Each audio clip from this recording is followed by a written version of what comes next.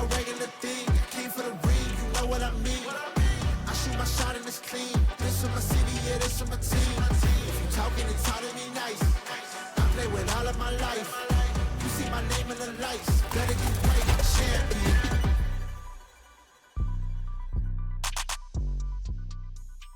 Hello, football fans, and welcome inside Starlight Stadium for today's BCFC semi-final matchup between the visiting Prince George Kodiaks and the Westshore Rebels, alongside BC Football Hall of Famer Paul Short. I'm Tyler Bennett, and Paul, for the Kodiaks, their first ever playoff game, a monumental game for this program. Just what does it mean to them? Oh, it's huge. That's part of the plan. When they got the franchise 4 years ago, playoffs was the first goal. And with the support they have in Prince George and how they've improved this year, it's just a little, that next step. They're on that next step up. And the next goal, obviously, is to win a playoff game, but the host one as well, because the city up in Prince George will go bananas hosting a game, any semifinal game or final game. Yeah, some traveling fans behind us here making some noise. And for the Rebels, 7-3, they finished second. What do they need to do today to move on and get that rematch against the Sun? Just play football. Stick to just playing football, because they led the league this year in penalties and penalty yardage per game, and that's something that's hurt them, especially the couple games they lost. It was the penalties that pulled them apart. So if they can maintain just playing ball and do what they do, they should be okay. And obviously the Roll Focus team this week lost our unwavering leader, Mike Walker, and the Westshore Rebels are gracious enough to honor him and do a moment of silence. So we're going to go down to field level now and join the moment of silence for our good friend, Mike Walker.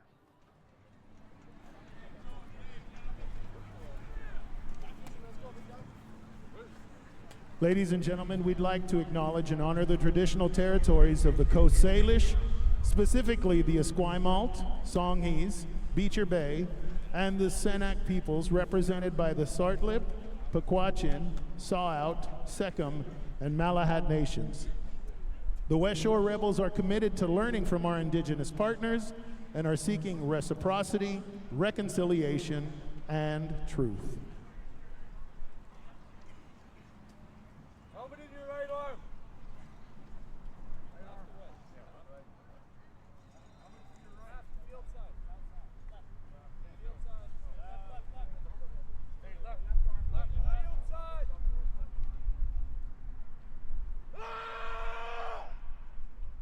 Ladies and gentlemen, we'd like to take a moment to remember Mike Walker from Roll Focus, who broadcasted our Rebels games for many, many years. Mike passed away after a long battle with cancer, and his impact on our community and on everyone who had the privilege of knowing him will never, ever be forgotten. In his honor, we ask that you please rise and join us in a moment of silence.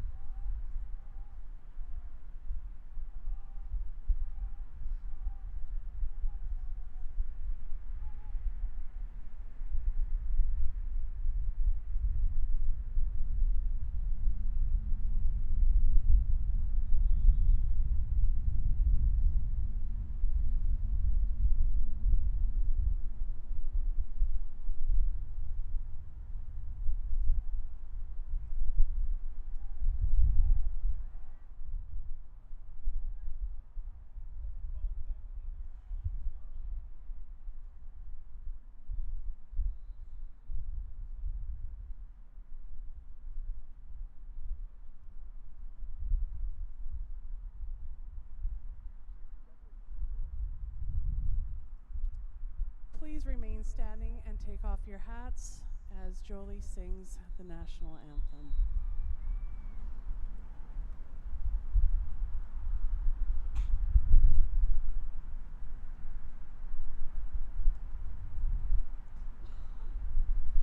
Oh, Canada, our home and native land, true patriot love in all of us command.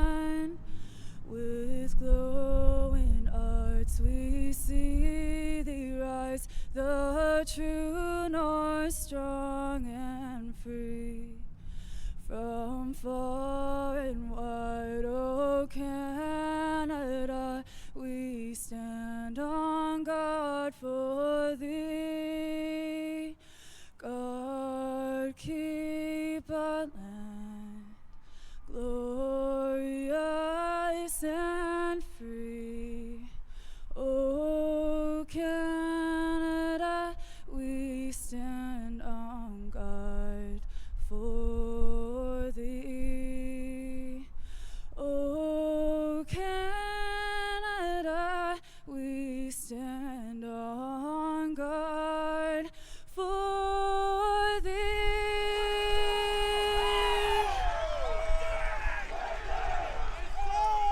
And there you have it, the anthems, a moment of silence for our leader, Mike Walker. Thanks again to the Rebels for making that happen. And Paul, we've got a good football game on our hands here. Again, first playoff game in Kodiak's history. They've got a good traveling crowd here in the stands. And for the Rebels, they've been here before, but a tough test here to get back to the Cullen Cup final. Oh, absolutely. And anytime you playoffs roll around, there's going to be excitement through everybody's body, you know, that's playing, coaches. And you just never know. You got to bring your A game for 60 minutes and don't make mistakes. And that's where I go back to the penalty thing with the Rebels. Is that's been their, you know, their Achilles heel apparently this year is a lot of penalties. And you know, when you're going backwards, that takes away from that, you know, offensive momentum that you bring up, and vice versa. You're allowing another team some offensive momentum to continue a drive or something. But no, it's just you focus in and you play. For the Kodiaks, they got to play all out. They're on the road, the longest trip for them during the year, and it's one of those things that this is their first time, so nerves are bouncing back and forth on their part. But for the Rebels, again, a nice clean game, and don't go in thinking you're looking ahead to trying to play the Sun next week. Don't let your TV screens fool you. It's sunny and warm right now, but about 15 minutes ago it was raining sideways and cold.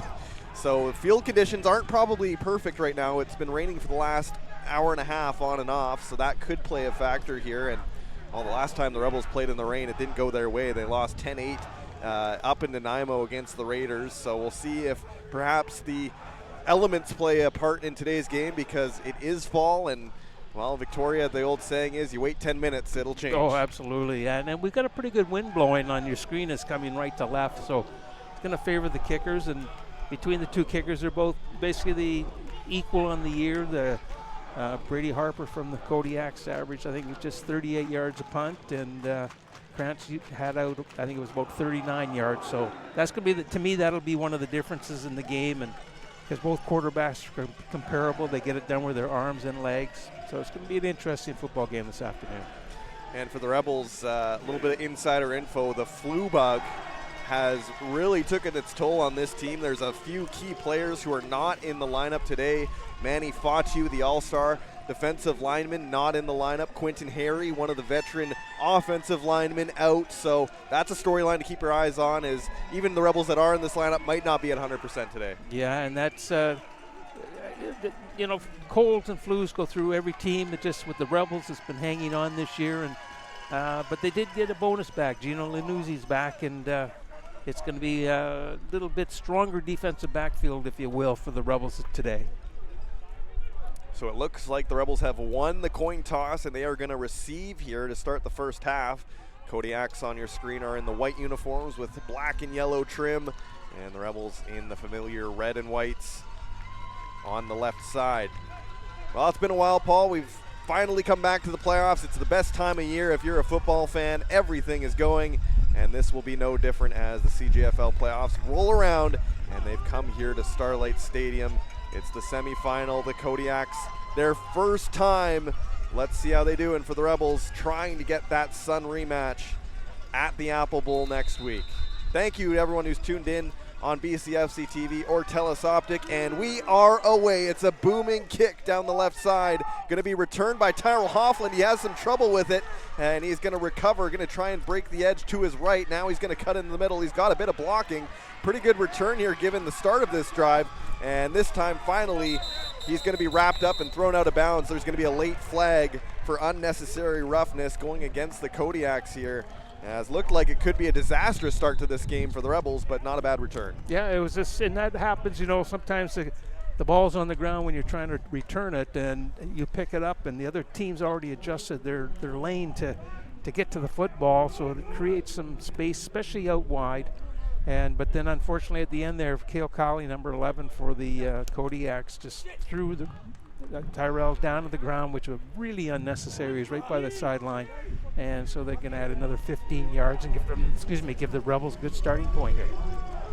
The ball spotted at the 41, which the Rebels will take here for their opening drive of this football game. Gavin Session coming off being named a BCFC All-Star. What a season he had. We don't have to say much about the accolades, but he's in the shotgun here for the first snap. Jeremiah Beckwith in motion, empty backfield set, and Session going to throw right away. It's Tyrell Hoffland. That is complete, and there is the elements as the wet ground, the wet turf here causes Hoffland to slip. It's only a gain of 5. Yeah, and that was not a bad start. You know, you pick up 4 or 5 yards on your first play from scrimmage of the game. That gives you some, you know, you get deep into the playbook to pick up a bunch of plays to say, okay, let's do this one here. But it was, you know, good start. Get a good completion, get positive yards, and then you tell Prince George that this is what we're going to do today. So 2nd and 6 here, receivers in motion. Session takes the snap, looking to his left, got lots of time in the pocket. He throws, and it is complete to Tristan Ramos-Aravallo in the middle as he finds a soft spot in the coverage, and that will move the chains for a Rebels first down. Yeah, good route, a good 15-yard crosser, and he caught it right in between over the linebackers in front of the safeties, and it was a good pass that Tristan had to get up high for it a little bit just to keep the coverage on his shoulder rather than in front of the football.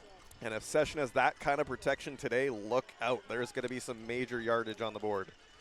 As now it's 1st and 10 as the Rebels officially enter Kodiak territory here.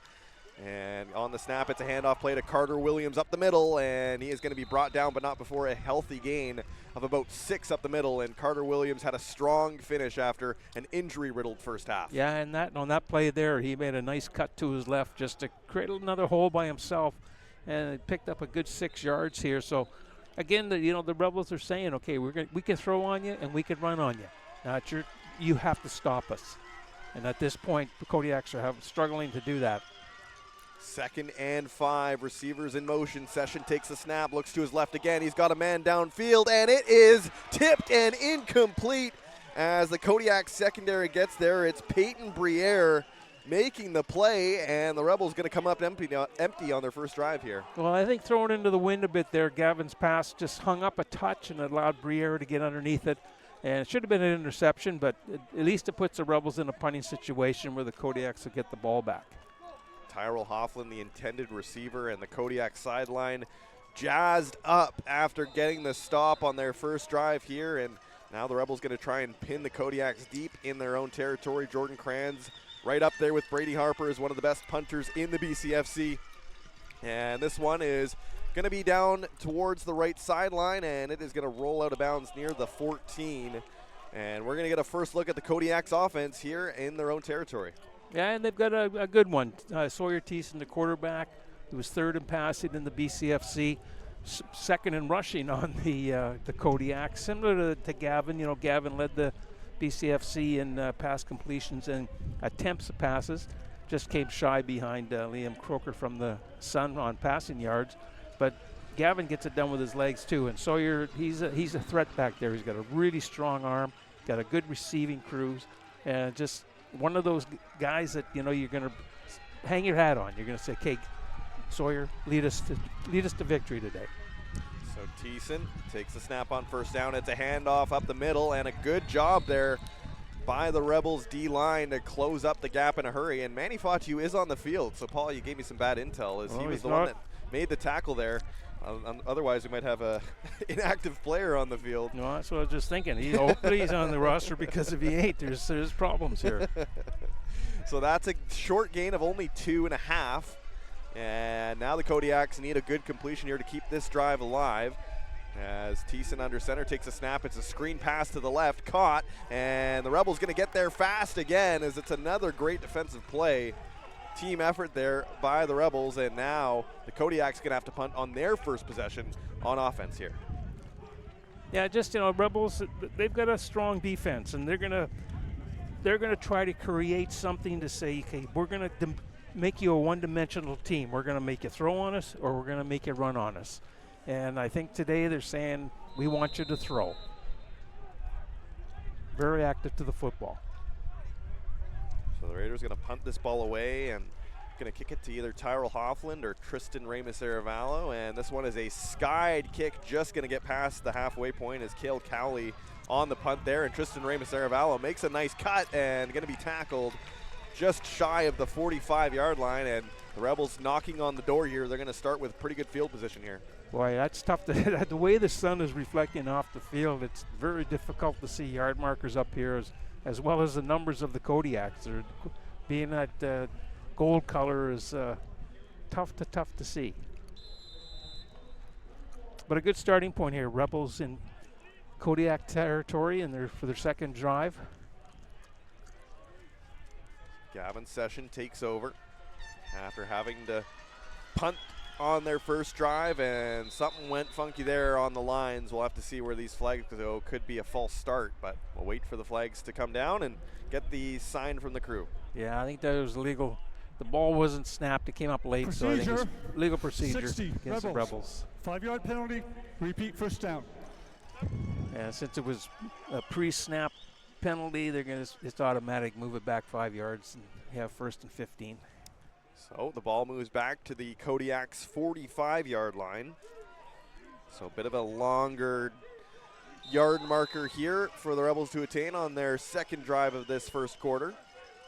Receivers in motion, bit of a low snap. Session gets it, throws down the middle, and it is caught, and it is none other than Zion Brown, who had 69 of those during the regular season to go with a CJFL record-tying 18 touchdowns. And if the Rebels are going to go far, number 4 is going to be leading the way on offense. Oh, yeah, the all-star has to be at top of his game.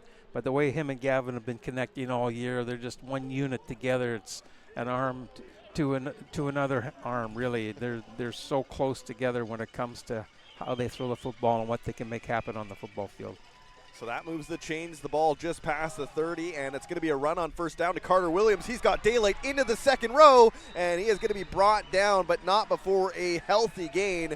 That'll move the chains again, a Rebels first down. Yeah, again, just a straight handoff up the middle, and he just went over just outside of the hip of the left guard, and they had a big hole in there. Then, Carter's one of those guys that he's shifty enough that he's going to make things happen with his feet and always pick up a few extra yards every time he when first contact hits him. So a heavy hit there taken by Carter Williams, but the Rebels in the red zone now. The ball at the 13, 1st and 10.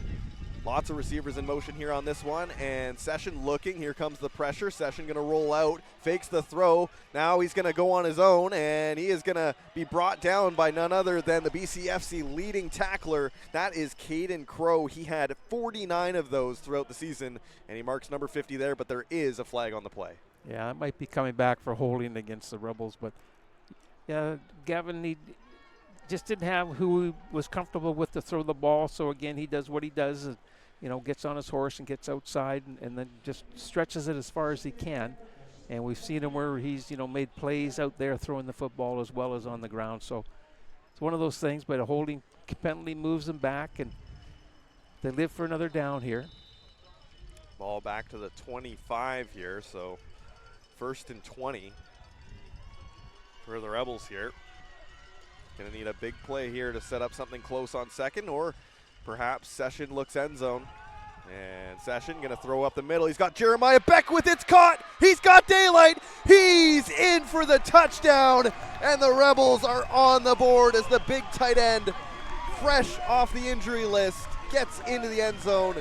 Rebels up 6-0. Yeah, he just kind of slipped out from he was one of the inside receivers on the left-hand side, and as most of the motion went to the Kodiaks left, they started to drift that way, flow that way, and he ended up being wide open to make the catch on about the 5-yard line and scored easily. The big man gets it done. Here comes the extra point attempt from Charlie Wiersma. Brady Jenkins with the hold. It's up, and it is good. Make it 7-0 Rebels.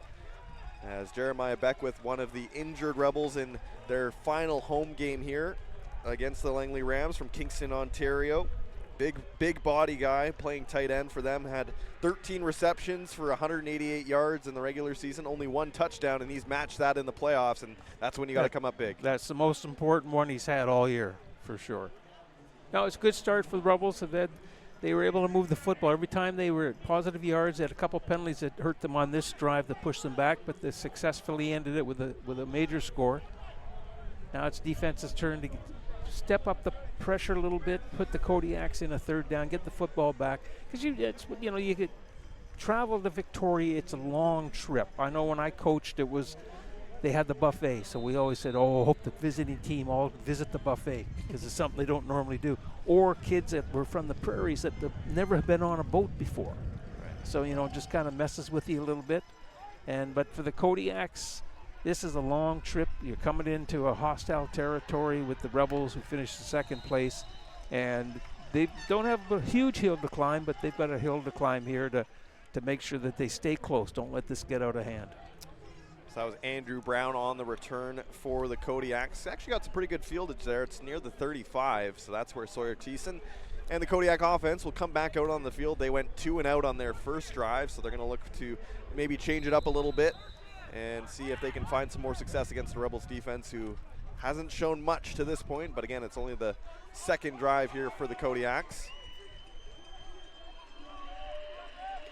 So Sawyer Thiessen, he's got 3 receivers to his right, and 2 to his left. And on first down, it's a handoff to Gavin Halverson, and he is going to be swallowed up by that D-line again. So Will Bromelo and the crew, Manny Fatu, make the stop, and it's pretty much no yards there. So the run game hasn't been working for the Kodiaks. They're going to need to get that sorted out at second down. Yeah, they get Gavin going, and that's what they need. They need him running downhill, and he comes from good stock. His father played for the Okanagan Sun, but unfortunately passed away on the Sun practice field.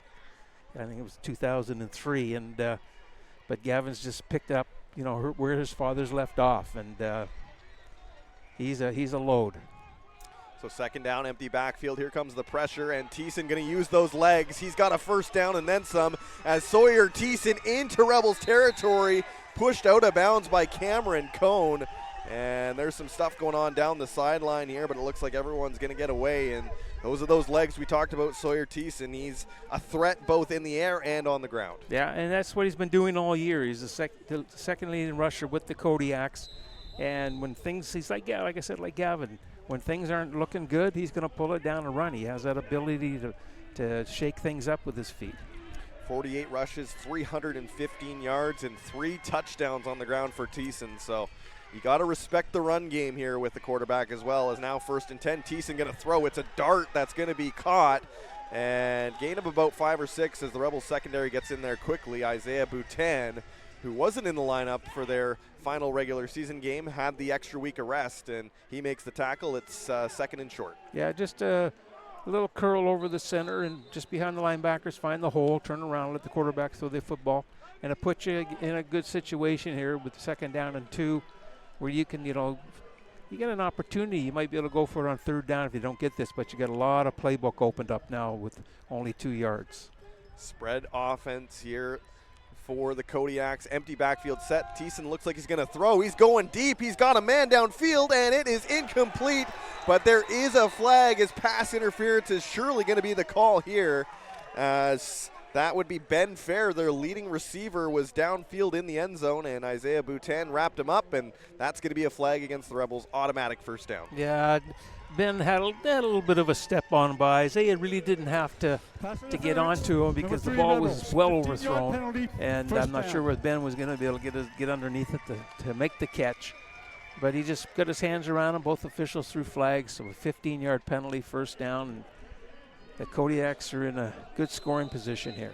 Good answer from the Kodiaks on this drive here. They are in red zone territory for the first time today. Going to look to get some points on the board here. It's going to be an empty backfield set. Thiessen going to fake the handoff, go the other way, and this time he's going to be brought down as Will Bromelo does a great job of getting the quarterback down. It's a short gain there, and Will Bromelo, I think one of the snubs of that BCFC All-Star team. He's been great all year on the defensive line for the Rebels. He has been, and on that play there, he maintained outside leverage. He put his hands on the defensive tackle, didn't bite with the fake, and kept his outside arm free to make that tackle, just limit the gain to 3, and a really, really nice play.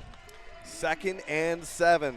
Rebels defense going to look to make a stand here and force the Kodiaks to settle for 3 as Thiessen looks end zone. Here comes the pressure. He sneaks away. He's got some room for the end zone, and the Kodiaks score a touchdown. Sawyer Thiessen uses his legs, and now we are looking at a potential tie game here in the first quarter. Yeah, again, just he dropped back to throw the football, and nobody open right away. Rebels had some decent pressure on him, but sometimes when you put the pressure quick, it sort of goes around you, and that creates an opening up the middle, and Sawyer saw it and took off, and nobody at the side of the football field. He could have, walked in basically from the 10 yards in, and he gets the Kodiaks on the board, and with Brady Harper's convert there, we get a tie football game, 7-7.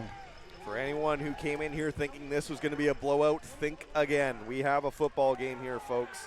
The Kodiaks make the long travel, and they weren't going to make it for nothing. Oh no, not at all. They're determined. Jamie Borum, he's been an experienced coach in this league. His head coach for his 3rd year. I think it's his 3rd year here, and then his he coached the Okanagan Sun for 2 years. I think it was 2018 and 19, and just he knows what to do. He's played back in the 70s, late 70s with the Abbotsford Air Force. He's been in the CFL. He's been a BCFC all-Canadian award winner, defensive back in the BCFC. So he understands what this league is all about and how to get a team prepared to play. Good traveling crew from Prince George cheering on their team. They made the long trek with the club today. Probably yesterday, if we're being honest with the amount of travel. Probably had to stay the night on the road or at a hotel. So good job by the Kodiaks. Good support here, and great kick here by Brady Harper. Backs up Tristan Ramos-Arevalo near his own 5. And Arevalo kind of through the middle, runs into his own man, and that's going to be problematic as he's going to be stopped just by the 20-yard line. And that's where this Rebels offense will take over, looking to respond after a good Kodiaks drive. Well, they had to set up the return set up going to the Rebels left, and Kodiak stayed in their lanes and just maintain their leverage and keep staying square the line of scrimmage and just squeeze it and limit that gain. And any time you get a team stopped on a kickoff return inside the 25, you're doing pretty good. It's a little longer field now for the Rebels, but see what Coach Lervold has for play selections, because they can get out of their end zone pretty quickly with the arm of Gavin. So here's a first down run for Carter Williams into the backfield again. And if the Rebels get running, look out, as that's another first down. A couple good carries here from Carter Williams. Yeah, and I should have said, or the legs of Carter Williams, not just the arm of Gavin Session. But yeah, again, Carter, he hits the hole so quick. And some guys over pursue, but he has that cutting ability to where he can make guys miss just moving to his left and right laterally. So he's one of the premier running backs in the BCFC, in my opinion, and he's shown it this afternoon on the couple times he's carried the football. There's a first down throw, but it's a low one for Aiden Bowles. The Kodiaks wanted an offside call. Didn't get it, but it's a loss of yardage, I believe, if not right at the line of scrimmage. So make it 2nd and 10 here, as that play didn't quite work out as intended. Yeah, just he slipped as he was trying to catch the football. It's a low throw as well, and he had to go down to his knee. And once your knee touches the ground or an elbow touches the ground in the amateur level, you're whistled down. So 2nd and 11 here.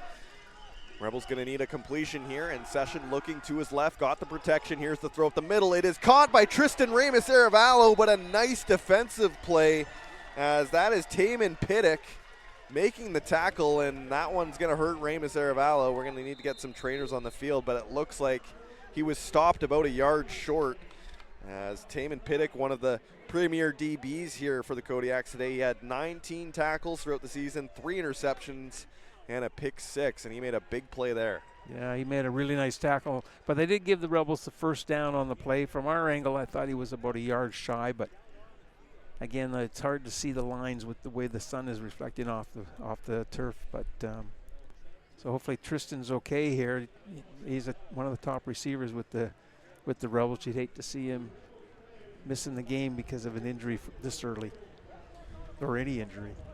Yeah, Remus Arevalo had a big week 11, the final regular season home game against the Rams. He scored a touchdown in that game, and he's really come on as the season's come along. He's had 25 catches this year, 411 yards, 3 touchdowns. So he's obviously a big part of this receiving core, the supporting cast that really doesn't allow teams to double cover Zion Brown, because they've got Tyrell Hofflin, they've got Tristan, they've got Aiden Bowles. That's what makes them so dangerous, is you can't just focus on Zion, because otherwise you're going to open up a lot of holes. Oh, absolutely, and that's what the year Zion has had. It's created opportunities for the other receivers, and in my opinion, the Rebels, as across the board receiving core, is the best in the league. The Sun are very good, but I think from the way the Rebels play and the way they distribute the football, they're a little bit better, and that's because Zion takes a lot of eyes from the defensive players to open up and create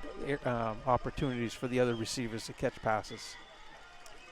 So 1st and 10, it's going to be Carter Williams on the ground again, and this time the Kodiaks are going to swallow up the hole there. It's a gain of about 4, and that's the first time in a while we've seen Carter Williams not make it into the second row. Yeah, again, that was not a bad play, and they knew right away is that he was going to get the football because of the success he had earlier on this drive. And the Kodiaks flow to the football very, very quickly, but they were setting up something here where they moved Zion Brown coming out, then faking to Carter. So you might see that a little bit later in the game where they fake the Carter and get it to Zion running the little out. Gavin Session with lots of time in the pocket, but he is going to go down, and he is going to be sacked. I don't have a number for you. Make that Alexandros Thanos. Great last name. 29 tackles on the year, 2.5 sacks, 2 INTs, and that's a big play for the Kodiaks defense, as Rebels going to be forced to punt here. Well, Alexandros, yeah, he just stayed outside. He didn't bite to anything. He maintained outside leverage. The coaches in your ear on the sidelines, don't let the quarterback get outside. And he definitely did not let the quarterback get outside. He made a very, very nice tackle. So the Rebels going to be forced to punt this one away. Jordan Kranz gets the ball, good snap, good protection, and this one's going to be a sky-high kick, the wind blowing against him, so it's going to be out of bounds just near the 35. And just like that, the Kodiaks have a chance to take the lead in this football game as their offense trots out.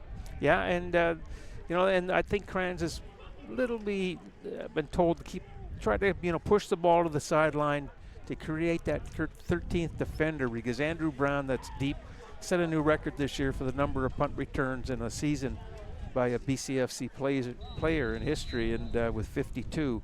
And he touches the football. He picks up almost 15 to 16 yards every time he catches a punt. So I think the Rebels are being a little bit cautious on their punting game to make sure Andrew doesn't, break it out. So Sawyer Thiessen, here comes the pressure, and he's going to make a completion as going down the field. That's a healthy gain of about 25, as Bryce Ruther was right there to sack the quarterback, and Thiessen got it out just in time as Myron Brown makes the big reception, and just like that, the Kodiaks are in Rebels territory. Yeah, Myron's he's got some speed. He can catch the football, and he also returns kicks for the Kodiaks, but he can make things happen very, very quickly with his legs on the passing game. Play action, and it is a short pass complete, and that is Bo Nouvremont making the tackle for a short gain. And Bo told me this before the game, and I'm just repeating this because he told me to, but he says he likes to barf before the game to get prepared. Well, he's prepared for that one. That was a good tackle. Yummy. I'll remember that when I'm standing next to him just part of the game. But yeah, that was a nice tackle. He came up pretty quick. It was a good play call, I thought, by the Kodiaks. But when you get the defenders doing their job and maintaining leverage, sometimes they're gonna win, and sometimes you're gonna win. 2nd and 7, pressure coming in, and Thiessen just has to get rid of it. Flag on the play too. I'm not sure what that would be. That might be offensive lineman downfield. As Will Bromelo and PJ Hudson were deep in the backfield there, ready to make the sack, and Thiessen just had to get rid of it. We'll wait and see what this penalty is. Oh, they're saying interference, so I guess it was kind of a pick play that they were setting up, or one of the receivers definitely bumped into one of the defenders from the Rebels to prevent them from getting into coverage. So That's a pick. So they can decline the penalty and put the Revels or the Kodiaks into a 3rd down, or they could take the penalty and move them back 15 yards. Penalties decline. 3rd down. So now the Kodiaks have the option here. They're going to Playing the long game. Yeah, I think they're going to punt the football here.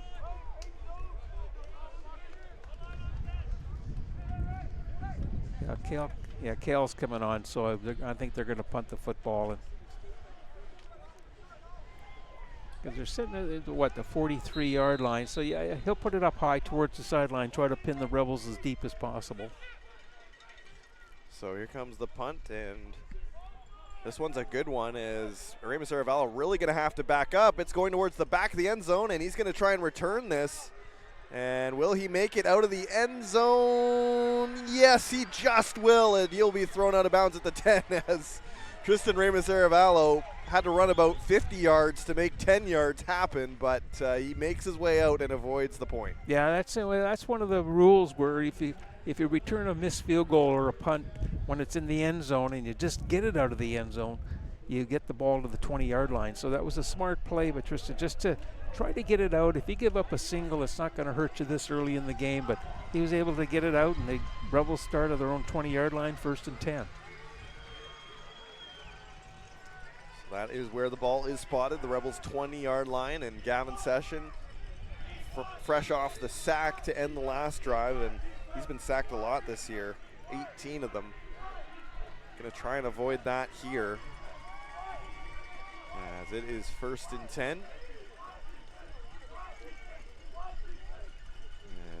Session, receivers in motion, takes a snap, and it's a fake to a handoff, and Carter Williams around the outside, and he just gets tripped up before what looked like was going to be a big play is still a sizable one. It's a gain of about 9, and man, the Rebels, the run game has been the missing piece all year. If they've got this run game going strong, they're going to be a hard team to beat. Absolutely. That's one of the things that they've struggled with.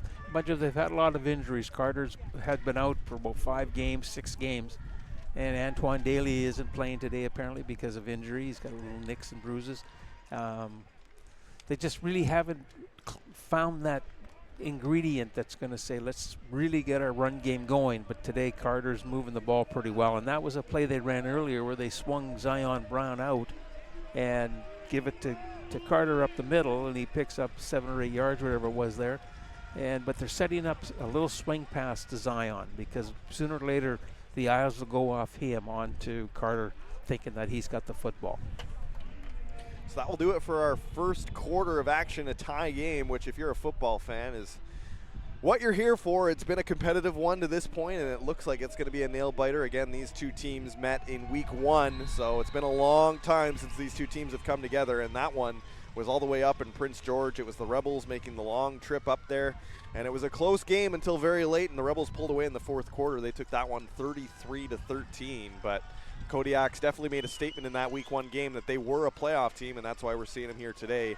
And on 2nd and shorts, and Carter Williams refusing to be put down, but eventually he is going to be tackled, and it looks like he's just short. Oh no, it looks like they're going to give him first down. The first down.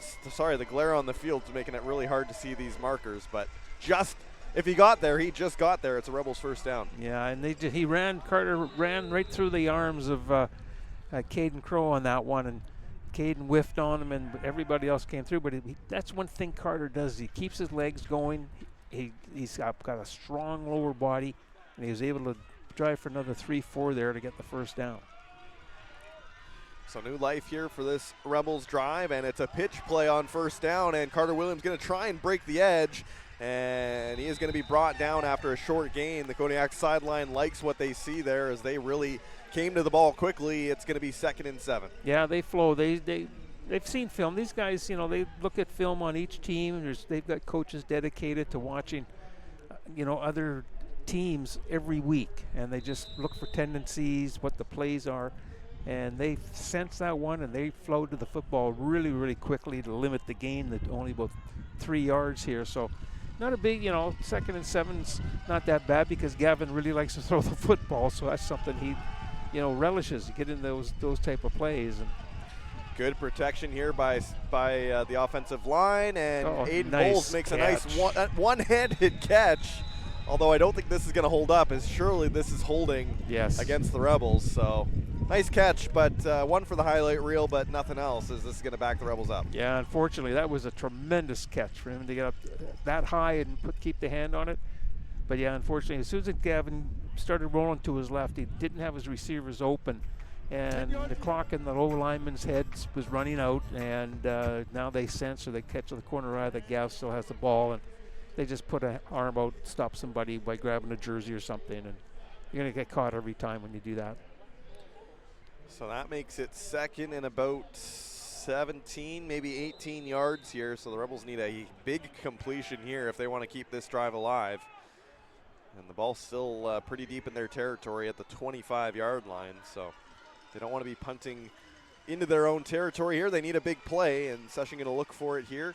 Receivers in motion, low snap, gets a good handle on the ball, and he's going to throw deep downfield. He's got a man, it's Tyrell Hoffland. Wait, no, it's Jeremiah Beckwith making the catch.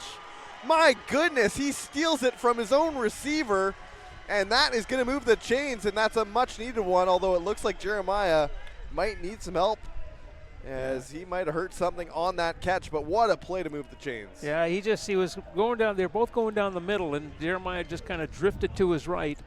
And the ball was up for grabs, basically. And he said, no, that's going to be my football. And he got up to get it. But I think he might, as he came down, he might have just twisted something, in the ankle or the knee.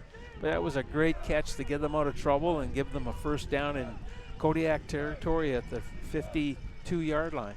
So just like that, the Rebels are in Kodiak territory just past the 55, and it is Carter Williams into the second row again, and he is very close, if not past the first down marker, as Carter Williams having himself a first half here, and it's going to be second and very short after another good run by number 28. Yeah, that was just, you see on the replay, he just cuts to his right, back to his right, back to his left, back to the right, but he's still going, still keeps chugging, keeps the legs moving, and stay upright. Keep your shoulders the best you can, square to the line of scrimmage, and make them tackle you. Make them put you on the ground. Just don't fall down because they got an arm on you.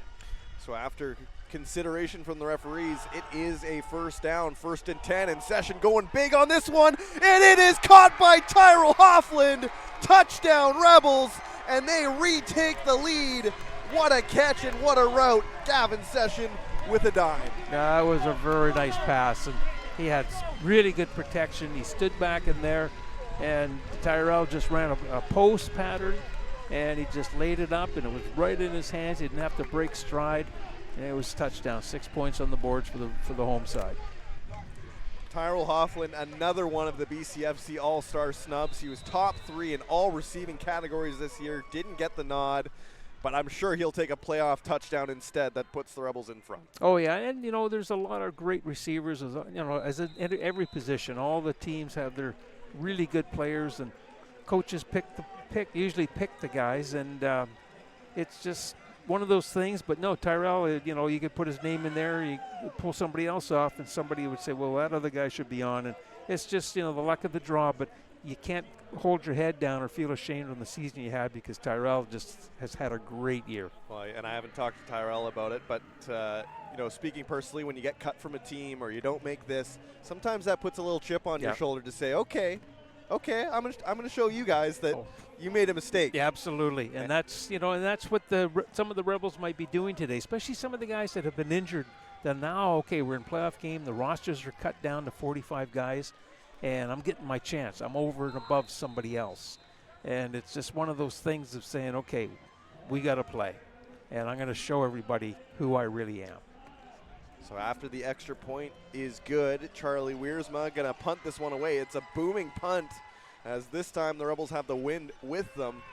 And this one is going to be returned, but great tackle there by Simon Kerr, as the Kodiaks don't make it quite to their 30-yard line, as that was Andrew Brown on the return, but brought down just shy of the 30, and that's where the Kodiaks will take over, looking to respond after the Rebels score.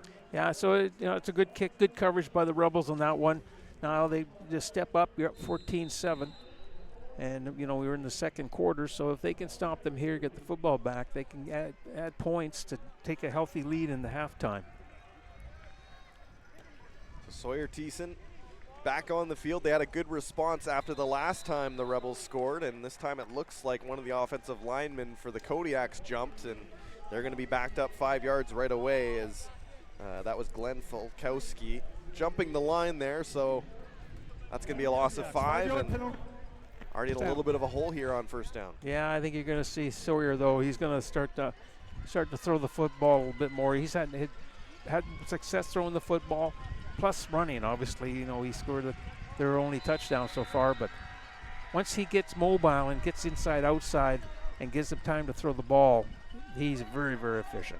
Here is a nice throw on first down. It's complete and then some, as that was a great reception. That's Braden Van Someren making the catch, and then he gets the first down using the legs there, as that one didn't look like it was going to get there, but he kept running and got the first down. Yeah, it was a play fake, and Braden just ran straight down the field, and Sawyer saw him and just fired a dart to him. So the Kodiaks move the chains here as they march towards midfield.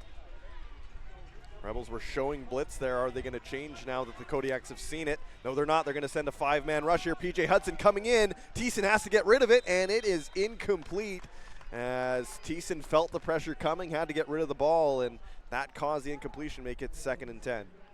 Yeah, just pressure enough to hurry him to throw the football and he get his feet set, so it was just a low pass, a little bit outside. But it's only 2nd down. The playbook's open, and again, you came here to play a football game. You lose, you go home, your season's done. So you got to pull everything out of the playbook, every little trick you have for this game today. So 2nd and 10. Kodiak's going to need a completion here to keep this drive alive. Receivers in motion. Thiessen, empty backfield. Here comes the pressure, and he is going to go down as PJ Hudson gets in for the sack. And he's a guy that the Rebels have been missing dearly as he's dealt with a slew of injuries this year. But PJ Hudson, all the way from across the water in the UK, makes the sack, and now the Kodiaks are going to be forced to punt.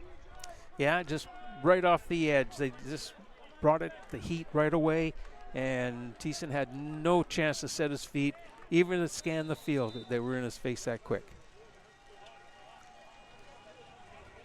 So this is Cale Cowley who's going to kick this one away. We haven't seen a lot of Brady Harper today, so I wonder if something's up there. We'll keep tabs on that.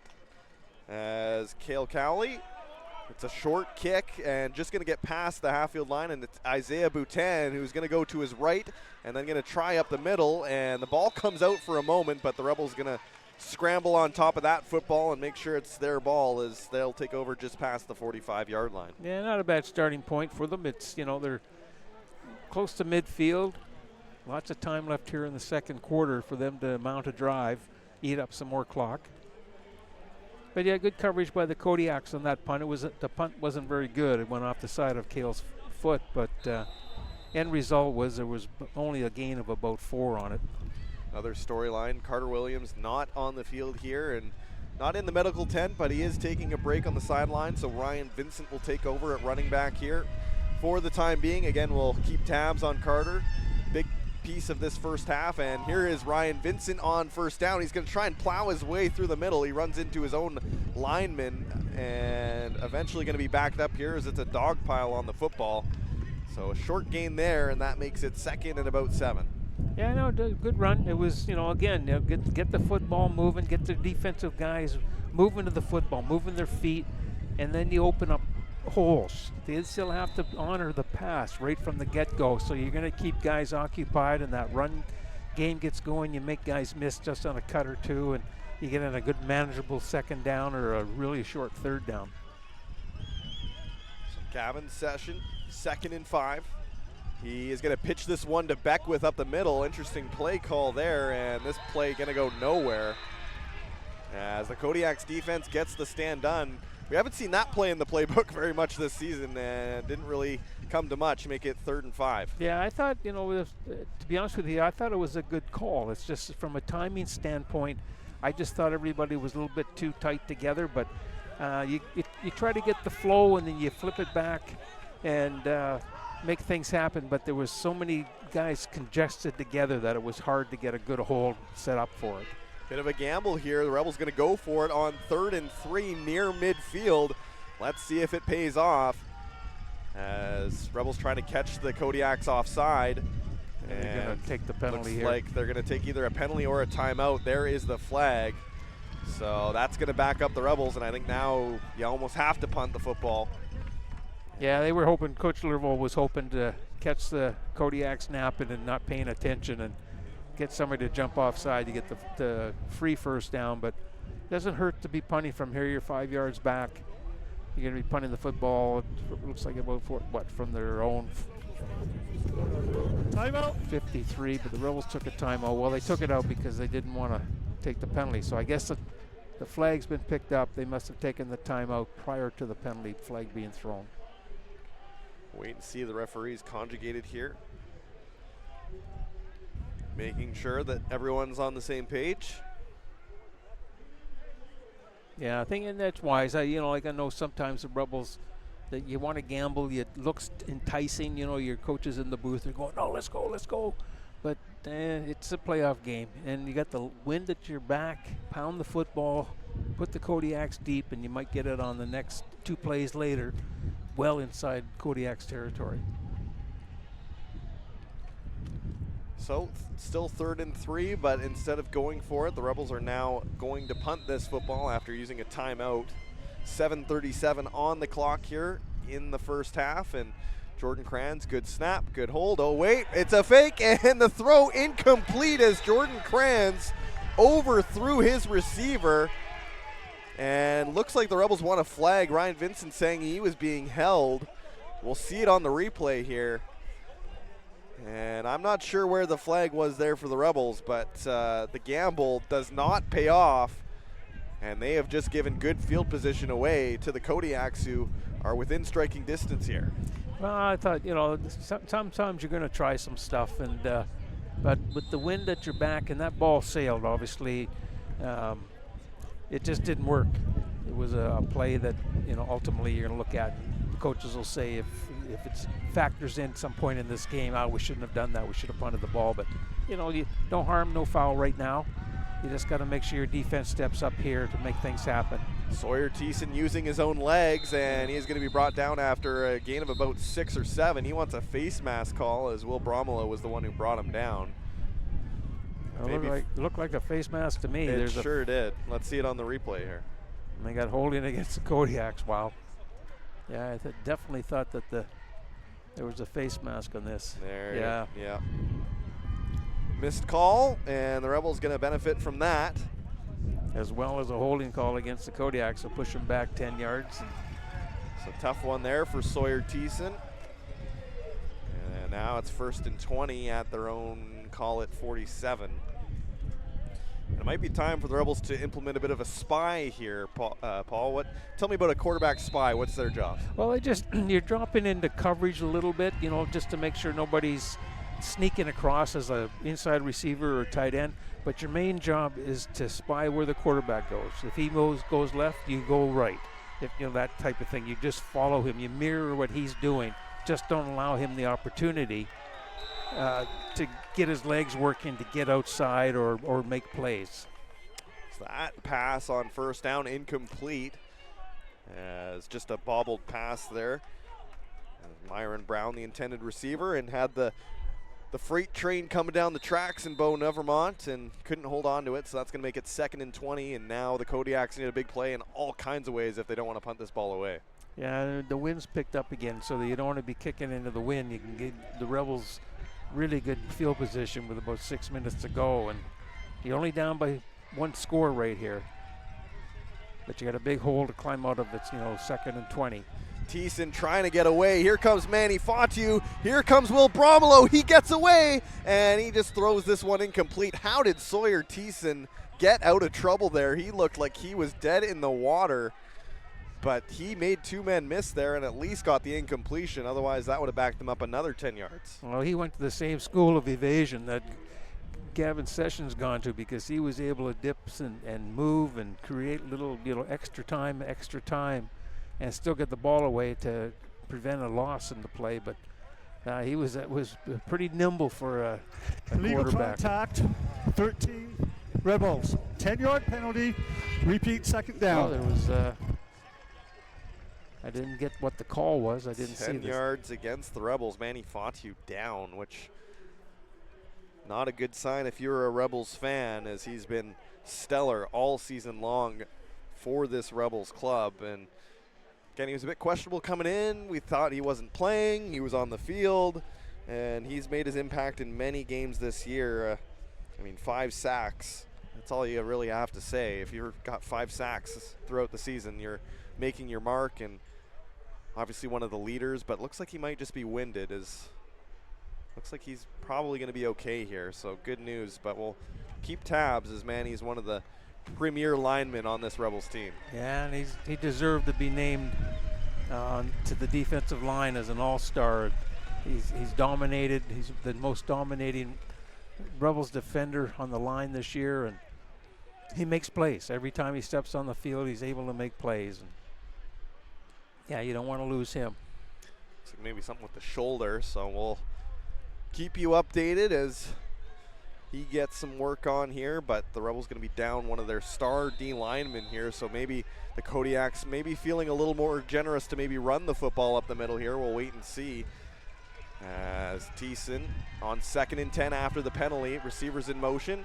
Here comes the pressure. It's a good screen pass, and Halverson going to be brought down as the Rebels defense swarms to the football, and that's Simon Kerr making the tackle. It's 3rd and 10, and now the Kodiaks going to have to punt away after a nice defensive play. Oh, it was a great play. It was a well-called play. It was a screen pass. It was a good call because Rebels brought some heat. They had brought 2 extra rushers. But man, just a great defensive play at the point of attack to where they didn't allow any escape. They made them change direction, and once you change directions, a lot of times your feet have to stop a split second. And if you've got a defender coming downhill, he's going to generally make tackle 9 times out of 10. So Peyton Briere is the one who boots this one away. It's a beautiful punt, though, as Tristan Ramos-Aravallo takes it at his own 10, and he makes about 8 cuts before being brought down past the 30, call it the 35. So good return there, as the Kodiak special teams unit did a good job getting downfield, and the Rebels will take over just shy of their own 35. Yeah, it was Cale Cowley that made the kick, numbered 11. He made that punt, and he's been punting the whole game. But yeah, again, it was a better punt, better than his last one, and the coverage was there. But again, the Rebels starting, once you get, like I said, over your 30-yard line, close to your 35, that's a good starting point anytime during the game to set up a drive to get things happening. And the Rebels can move the football here and eat up a ton of time to push the teams into halftime, and they have a good chance to add to their lead.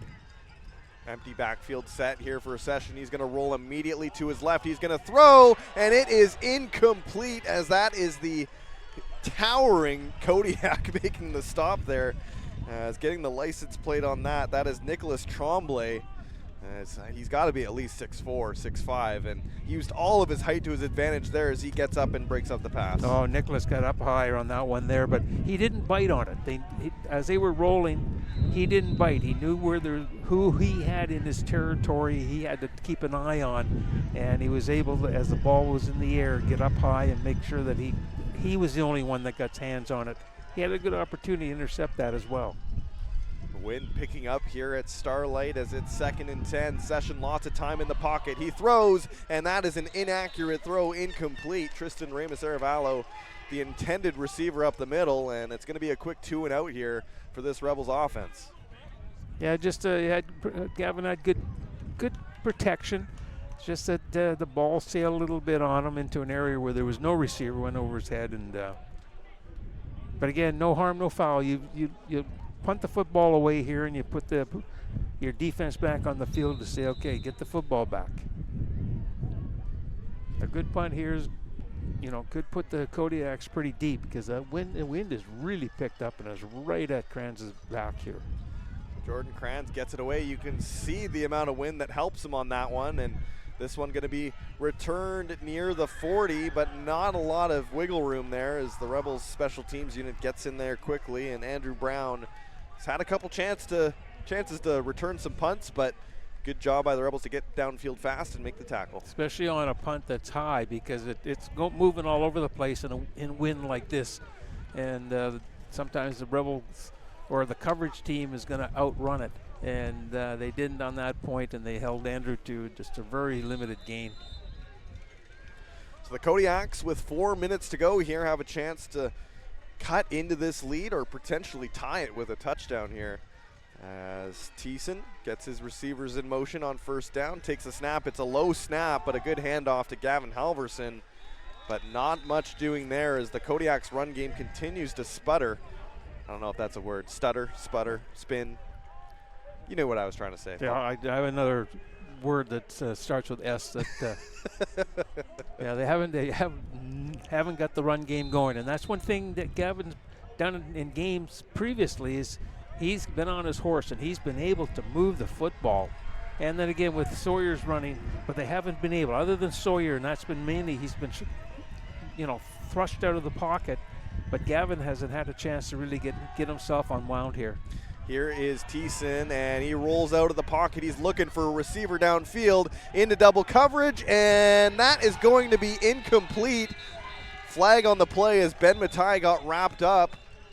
Defensive coordinator Brandon Gandire doesn't like that play. It was pretty much an air ball there, and Rebels take an ill-advised pass interference penalty, and that's going to give the Kodiaks new life on this drive. Yeah, the Kodiak receiver looked like you can see here.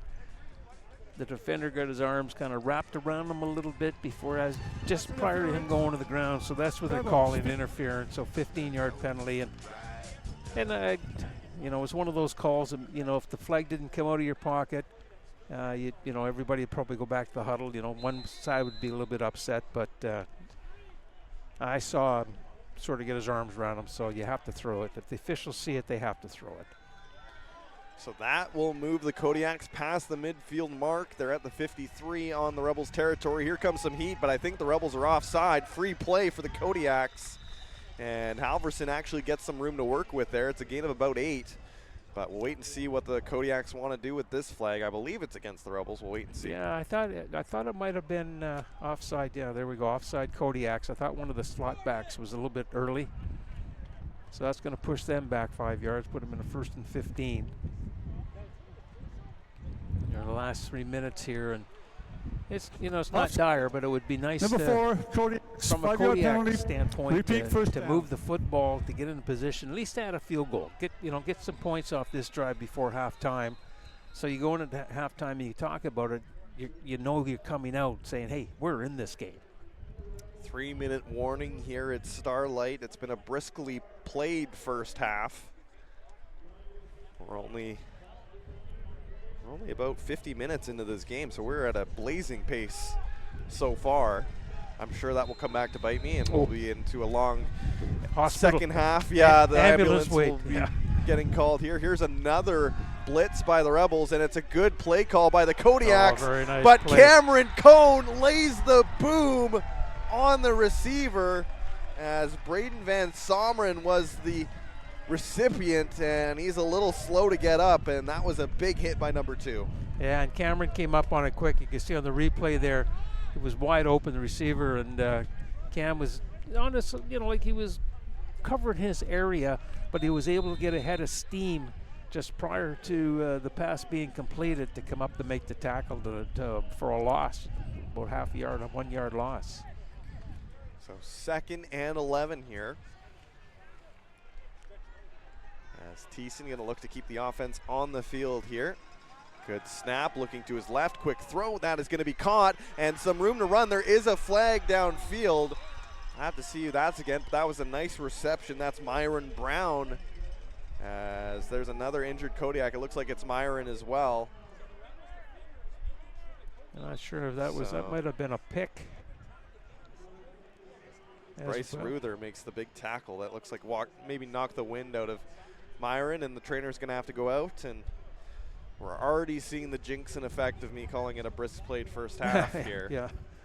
Yeah, that was illegal contact on a receiver, so Legal contact, 3 Rebels. they're going to leave it as is. It'll be declined because of the first down.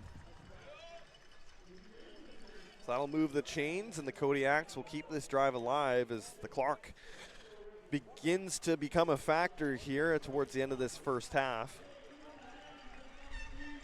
And it looks like Myron's going to be okay, which is good to see.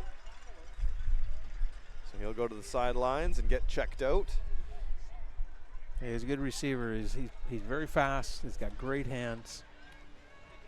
And you can see that on that play there. He picked up first down, and Kodiaks have new life here. They're inside Revels territory. Well, I think they're within, yeah, Brady's longest field goal this year is 45 yards, so if they rely on his leg, but with this wind blowing, you got to make sure you get a little bit closer than that if they require a field goal. So Thiessen and the Kodiaks well into Rebels territory now. As Brady Harper looks on from the sideline, seeing if his services will be required, as Halverson on first down nice gets tackle. chopped on the block, and that's Cameron Cohn again. He's having himself a drive here. A couple big tackles here from the Rebels DB, and that's going to make it second and about 6. Well, that's what Cameron does. All year he's been doing that, and he's got great speed. He's able to cover a lot of ground very quickly, and on that play there, Gavin didn't have a chance to get outside enough to make a cut, and Cameron Cohn put him on the ground right away for a limited gain, and just he's had a great year, and it showed, you know, being named to the BCFC All-Star team, tied for the league, and with Tarek Brown from the Sun for interceptions of 7, and just a great year he's having. Here's a nice play by the Kodiaks. That is complete for a first down as the Rebels brought the pressure and Thiessen got rid of it quickly. That's Ben Fair making the catch, and just like that, Kodiaks are knocking on the door. We've got a near red zone drive as the Kodiaks had a good run here. Yeah, it was a good play. It was just like sort of a short little flag route towards the outside, and Thiessen just put it on a rope, and it was a good catch. And you know, you get out of bounds, you stop the clock, you keep things happening, and you got a first down out of this. So you want to end this drive with a major score. That's the plan. So Thiessen on 1st and 10, fakes the pass, going for it all downfield, but no one in vicinity. Ben Fair, the intended receiver, wanted a PI call, but Isaiah Boutin did a good job to make sure that didn't happen at 2nd and 10. Yeah, I think it was just, you know, back and forth, a little bit of hand fighting as they were in the end zone just prior to the ball being released, and then the ball was well over the head of the receiver. So there was, I don't think the officials will throw a flag on something like that. So 2nd and 10, ball at 25 here. So it is officially a red zone opportunity here for the Kodiaks, and Thiessen going to look to get closer to that goal line here on 2nd down. And takes the snap, looking immediately to his right, makes the throw. It's going to be caught, and there's a broken tackle, and that one is going to be close to a first down. I think he might have got it. It looks like he's on about the 4-yard line right now. Yeah, Cale Cowley, the big receiver / punter, making the big play, and it's 1st and goal as the Kodiaks making some noise here late in the half. And Cal, he's a big target. He's probably the tallest receiver in the BCFC, and along with great hands, he's got great feet. So let's see what the Kodiaks do here. 1st and goal, 1:08 on the clock. As the Kodiaks look to tie this game, it's Thiessen calling his own number. Is he in? No, he is not, as the Rebels D-line makes the stand. As Bo Nevermont ends up with the ball, but it's going to be 2nd and goal. Coming out of the shotgun, that's a difficult play. Like he only picked up a yard. So, but when you're that far back, the defense they're surging, so they're going to limit what you can do when you're running up the middle. And you know, if he was a bit maybe under the center, he might have get down to the 1, but only pick up a yard because of that. So 2nd and goal, some receivers in motion here, and Thiessen going to take it himself to the left. He breaks through a tackle, and he is not in for the score. Oh, I thought that was a score for sure. But the Rebels make the stand, and now, hold on to your butts. It's 3rd and goal. What are the Kodiaks going to do? Well, Coach Borum's there's nobody coming off the bench, so I would think that they might call a timeout here.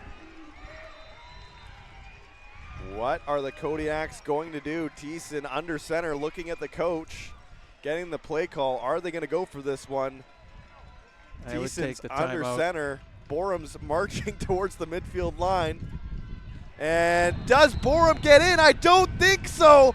The Rebels D-line makes the stand. Jamie Borum's trying to call a timeout, but he is not going to get it. But there is 2 of their flags on the play, so I'm not sure if Rebels were offside or it was a little early for the Kodiaks, but flags down. So wait a minute. Here's the call. There's a flag. offside What? Rebels. No. So that's going to give them a first brutal. down from the 1 Wow. with 22 seconds to go. And Rebels. they still have their 2 timeouts. I don't think Kodiaks have used a timeout yet. So they can get maybe a good 3 plays in here with timeouts. So I would call something here, then a timeout if you don't score.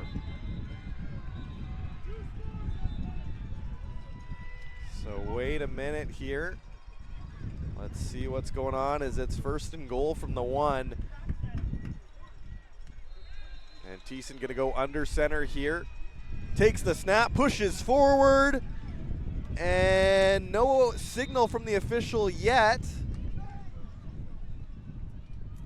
Oh, the suspense. The headline's been walking up the goal line, so we'll see where, when they unpile, where's the football, or was they saying touchdown or at the 1? Saying at the 1. Saying at the 1, so another goal line stand here, and the Rebels just got to do that 2 more times now. They've done it 4 times in a row if you count the before the penalty. Yeah, I think you got to call a timeout because 18 seconds, you don't want to be under center and lose your opportunity if you don't score here to have your 3rd try. So Jamie Borum going to come out and talk to Sawyer Thiessen. It looks like a timeout has been called by the Kodiaks. Big play here to end the half.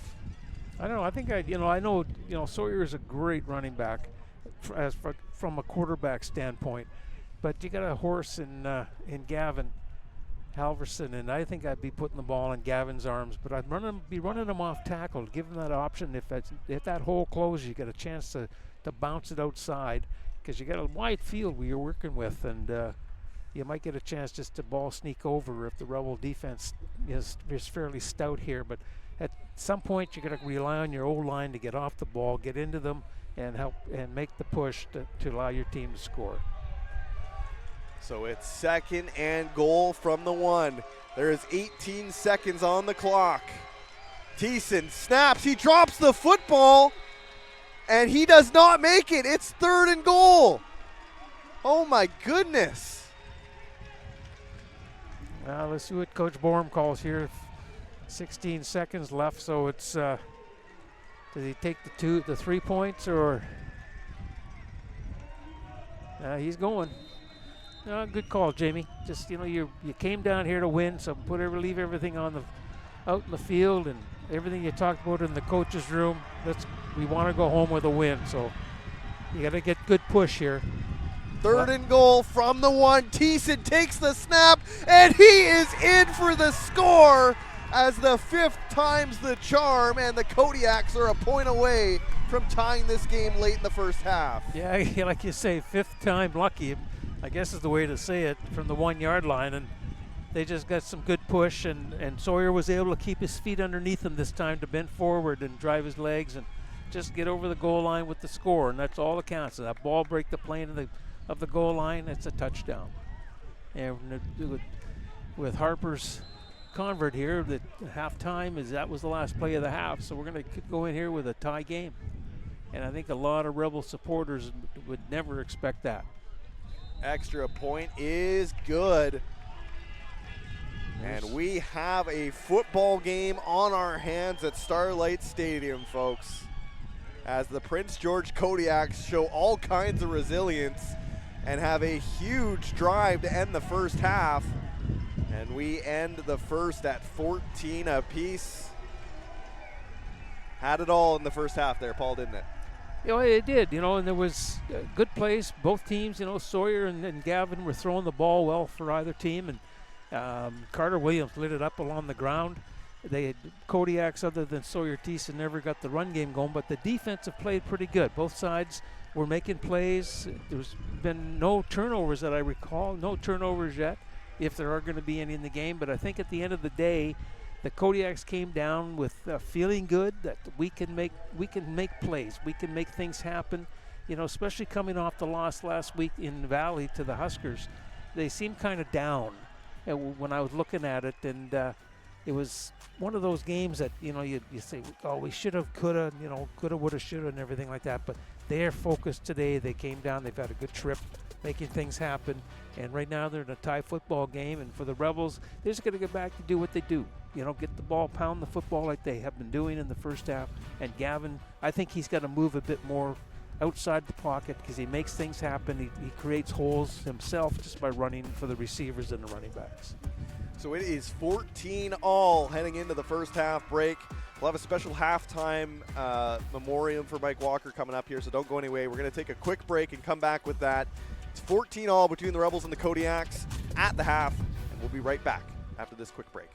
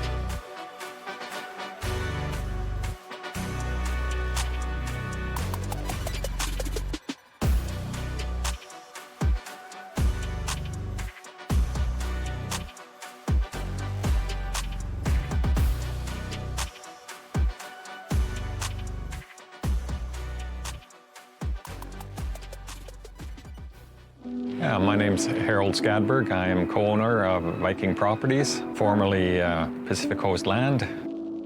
My name is Jan Egil Gulbrandsen. I'm a co-owner and partner with Harold in Viking Properties. We're fortunate enough to have Ben taking over more and more for us. He's been working with me for probably 4 or 5 years now, and the company is in good hands.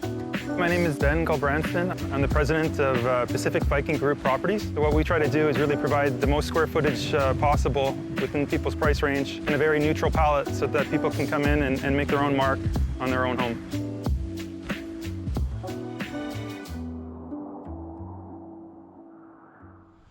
Welcome back to Starlight Stadium. Well, this past week has been a really tough week for us at Roll Focus as Mike Walker, our unwavering leader, co-founder of the company, passed away after a long battle with brain cancer at 37 on Saturday, surrounded by his wife Amanda and close family and friends. And Paul, I know you've had many a time run-ins with Mike. I could stand here and talk for about 2 hours about what Mike means to you, but what did Mike Walker mean to you?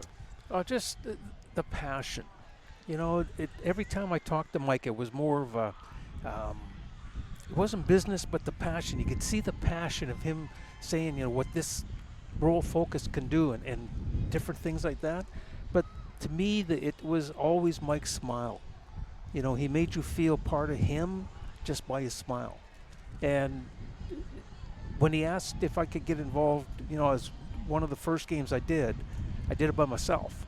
And it was easy to say, you bet, because just the passion he had that said, we have something here that's going to make this game and this level of football better. You know, it was a sad day when I heard that. Well, again, I could speak for about 2 hours about what Mike Walker meant to me, but we're going to, for those of you who are maybe watching, don't know about Mike's story, we do have about a 7.5-minute story about, you know, Mike's philosophy, which is, of course, don't be a jerk in business or in life, and just what he meant to this local community and us behind the cameras and behind the scenes. So we're going to go to that story now and then go to some commercials, and then we'll come back with some second half coverage. But until then, enjoy this beautiful piece by our own Chris Wilson, Amanda Ailson on the one and only Mike Walker. Oh, hi. Oh, it's a video. Oh, God. Oops. How embarrassing.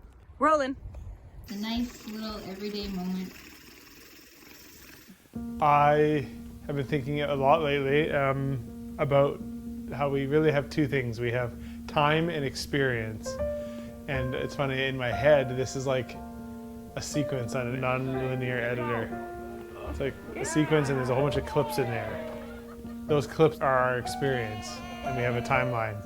Everyone's timeline is different. Sometimes it's 10 years, sometimes it's 80 years, sometimes it's 36 years.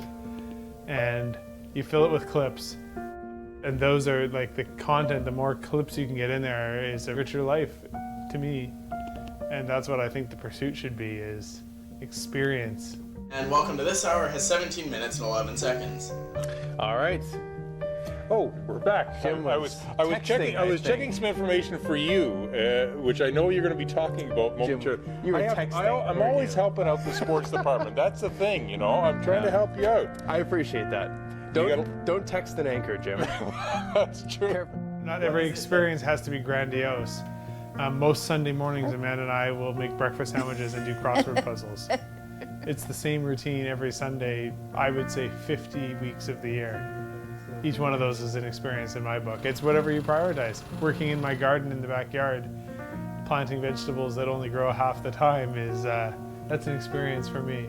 It doesn't have to be grandiose at all. It can be big. It could be a trip to Europe, or it could be a coffee with a friend. I think they're equally valuable if the person who's experiencing them holds them valuable. I don't think I'm deserving of any grandiose legacy or lasting impact. I don't think I've accomplished enough to have this great lasting impact, except in just the hearts of the people that I've grown to love and know over the course of my life. If I leave them with a reason to smile about something or a funny story, that's enough for me. You play the cards you're dealt, and sometimes they're not that great, and that's so be it. But is that any reason to not still be a good, kind, friendly person that tries to lift other people up? I think that's the mark of a good life, is did you positively affect those around you? I think I only have one real ethos and one real way I live my life, and that comes down to a phrase that I started using several years ago, which is and it's life and business, just don't be a dick. With apologies to all the Richards in the room, that's how I feel about it, really. You can lead a successful life if you're kind and respectful of those around you, and I've always been that way. It's easy for me, it comes naturally to cheer people up and try and lift up those around me. So I don't think, if that counts as a life purpose, I guess that's what it is. And if I did a little bit to cheer up somebody's day or improve their life, I mean, I wouldn't give myself much credit for improving lives, but made a day a little bit better. If I can do that 1,000 times in 30 some odd years, that's a win. I have the ability, and I have almost my whole life, to create bonds with people, and it's served me very well. I mean, all of our friends and family have been outstanding. Friends, like any other relationship, you surround yourself with those who you think you can have a positive effect on, and vice versa. And a community is that in a lot of ways too, right? I mean, it's that by extension. You live in the place where you want to have a positive impact, or positively impacts you. You work with the people, and you associate, you play sports with the people that you have things in common with, and that's all communities. Waiting for my day in the bigs. Are you excited to get married to me? Only if it gets me closer to the bigs. Out of my closest friends, I met either working in sport or playing sport for the passion of it. So there was an instant connection there. And then I also think you can relate with people that are willing to do something if it's not because of a paycheck or for anything other than the joy of it. Sport is like this microcosm of life. It's a whole life's experience crammed into 60 minutes of a hockey game or 162 games of a baseball season. You get it all in just a little sample, and it's all a really, I think, beautiful metaphor for the human experience when told correctly. Welcome to Roll Focus Productions. It's always a story, right? Like, what story are we telling ourselves to get motivated to do something? And running a business, it's trying to get a whole bunch of people to pull on one rope in the same direction at the same time to create something special.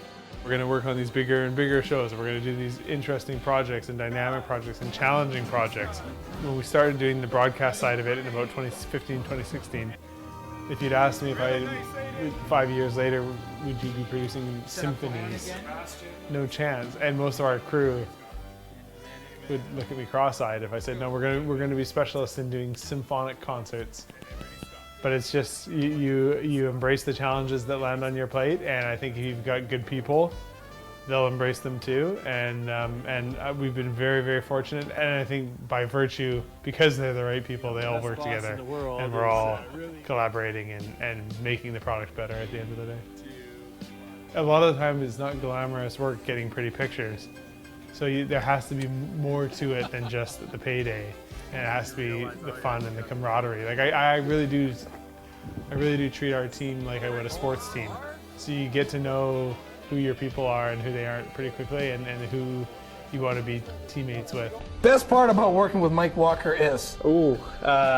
Probably all the inspiration that he gives me when I'm working, and might have to pull out the Kleenex if you might have one, but he's very... No, you're done! I'm gonna have to do the show by myself soon, so might as well start now. That's a good one, is just be kind to people is a pretty good life secret, and don't underestimate, I mean, this is something that most people know me for, is smiling a lot. Don't underestimate the power and the value of a smile. Like, I've seen it diffuse intense situations instantly, or just make people feel at home and comfortable. That's something that I've been aware of since I was a little kid. And I'm sure when I was a kid that it got me out of some sticky situations just by being a little kid with the impish smile, and then away you go. I'm certain I would have been more trouble at school if not for my smile. Good looks, smarts, brain cancer. It's a trifecta, I tell you.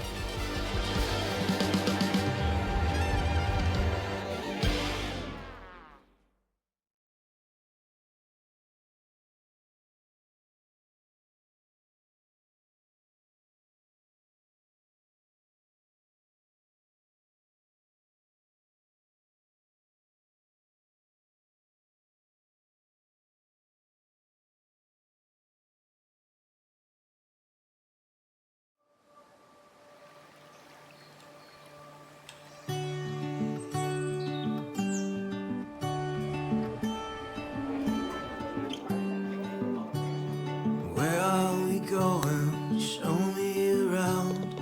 Tip of our fingers, well, I never found all of the places we'll go where we are.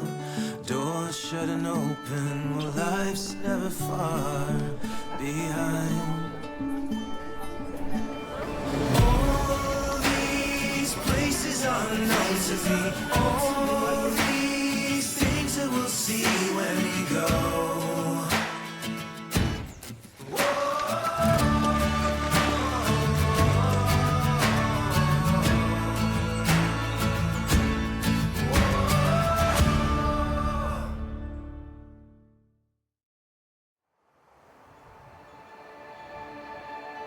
We're all looking for it. A place to reignite your soul and to awaken your inner child. To leave feeling awestruck, not because of the destination, but because of the journey itself. Take a deep breath and smell the freshness of the air. Listen to nature's music. Look out onto the vast horizon. Indulge in locally foraged food. Feel the warmth of the sun and the coolness of the ocean. Let your senses come alive.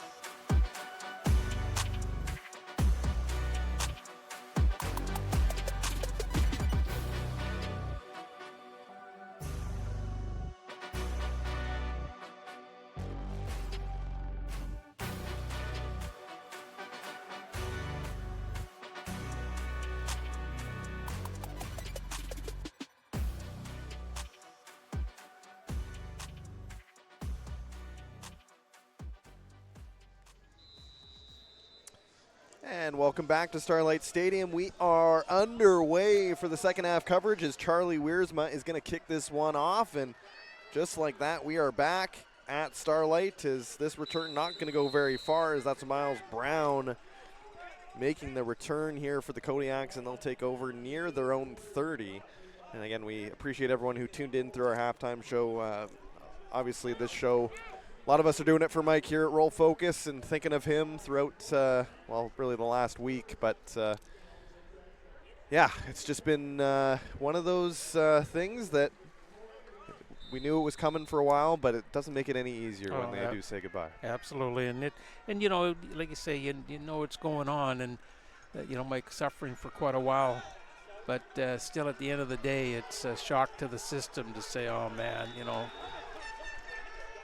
it's finally got him, you know, and that's the sad part. And being so young, too, that's the thing that I think bothers me the most. Ben Fair on the reception, gets a gain of 9. We'll get back to football. I'm sorry for being so sentimental. But Mike would want us to carry on, and you know, a lot of these shows we do with his spirit. He always had that charm, and made coming to work was fun. It was, you know, you expected the most out of you, but he made a positive environment for sure. There's a screen pass caught, and that's going to be a first down there, and Cale Cowley has been really good for the Kodiaks to this point. Big number 11, as that's going to move the chains for a Kodiaks first down. Yeah, just a little wide receiver screen there, and you got the blockers out in front of them. It was, you know, hopefully they're looking for more yardage, obviously, but they got the first down, and they continue this drive here. But, you know, the Kodiaks, they came out, you know, lots of energy to start this second half, and they could try to capitalize. If you can capitalize in this drive, do some good things, then, you know, you start to feel that confidence. You get a little bit of a swagger, and then that puts pressure on the other team to say, we've got to pick it up, and that's a lot of times when mistakes start to happen by the team that's pushing to keep up. Yeah, Cale Cowley, the intended receiver on that one, but broken up by Ben Matai in the backfield, so it's 2nd and 10. And you can definitely feel the weight of momentum on the Kodiak side. Again, that long drive. It was about a 5.5-minute drive to end the first half, ending in a touchdown after a few penalties gave them some extra chances at 1st and goal. And on the 5th time, they made it count, put 7 on the board. And here's another big throw into coverage, and broken up as Ben Matai jumped the route. Looking for Cale Cowley was Sawyer Thiessen, but that makes it 3rd and 10, and the Kodiaks going to have to punt this ball away. Yeah, it was a long throw. It hung up a little bit, but Ben had a great opportunity to intercept that pass, and luckily for the Kodiaks, he didn't, because the Revels would be in great field position, or he'd be standing in the end zone now doing a little dance. So a close call there for the Kodiaks. Could have been a huge turning point, but instead it's just an incompletion, and they'll get a chance to kick this football away. As it's the big Cale Cowley. Bit of a squibbed kick here, as it's going to bounce just shy of the 50. No yards, probably the flag here, but Boutin gets around the block, down the sideline. Here goes Isaiah Boutin, tackled at the 35. A good return from the Rebels DB, as that didn't look like much was going to come from it, but he kept his feet moving, and that sets up the Rebels in great field position. Yeah, they had the return set up to the right along the sideline, and when the Kodiaks converge on the football, and a lot of times when kids see a flag come out, they kind of start to slow down and stop, because they figure there's going to be a whistle right away. And Isaiah was able to just say, okay, let's keep going, let's keep playing. And there was going to be a no yards penalty against the Kodiaks, but he was able to pick up the yardage, and he picked up what probably looked like, 30 yards on that return. 35 to 40, I'd say. Great return by Boutin, and all of a sudden the Rebels in great field position to start this half. And on first down, it's Carter Williams to the outside, and he is going to be brought down after a short gain, as Carter Williams ran wild in the first half, and Kodiak seemed like they've zeroed in on it. They got a good stop there on first, make it 2nd and long. Yeah, Carter had a good first half, running the ball 9 times for 70 yards, and he had another 4 yards there. But yeah, you got to keep him going, keep his head in the game, keep his feet in the game, and it's going to create holes again for Gavin to find the open receivers and to start completing some passes.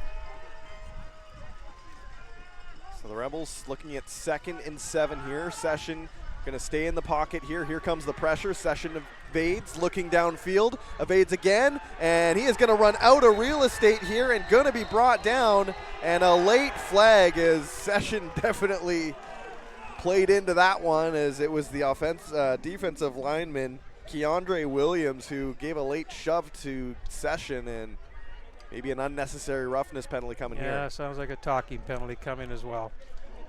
Yeah, it's unfortunate because he didn't need to do that to push Gavin to the ground. It was already stopped. The whistle had already blown, and just one of those things, you know, you've been working hard to get the quarterback on the ground, and now you take an unnecessary roughness penalty, and on top of that, there's a objectionable conduct penalty, so that's got 25-yard penalty from the end of that play, and puts the ball in 1st and goal at the 10-yard line, and then just inside the 10. But unfortunate for the Kodiaks. Couple tough penalties. Again, the penalties were going against the Rebels towards the end of the first half that allowed the Kodiaks to have 5 cracks at a goal line stand there. And this time it's the Kodiaks on the receiving end, as this puts the ball at the 10-yard line. Call it 1st and goal. And the Rebels knocking on the doorstep here right away. As Session gets the receivers in motion, fakes the handoff, takes it himself, and Session trips on his own lineman, Marino Duhella. And that play doesn't go anywhere. In fact, it might even be a loss of yardage. Call it 2nd and 10. Yeah, it looked like about a yard loss on that one play. But yeah, just as he was getting out, he was in the line of scrimmage. He stepped up, and Marino got in the way, and Gavin just tripped on over him with his right foot. So it was a loss of a yard, 2nd and goal from the 11. Session in the shotgun. Takes the snap, looking to his right, throws down the middle, and it is caught. Nice Jeremiah catch. Beckwith, one-handed grab, and the Rebels retake the lead. That was a tremendous catch, very quick pass, and Beckwith just came across in front of the goal post, and he was at full speed and was able to corral that ball with his right hand and arm, and end up with 6 points for the Rebels.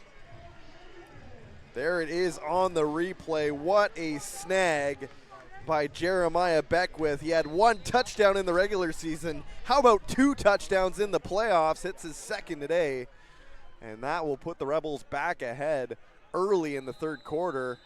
And looks like the Rebels going to be backed up due to a personnel issue as Gio Lanuzzi sprinting to the sidelines. So all of a sudden this extra point attempt gets a little more sketchy.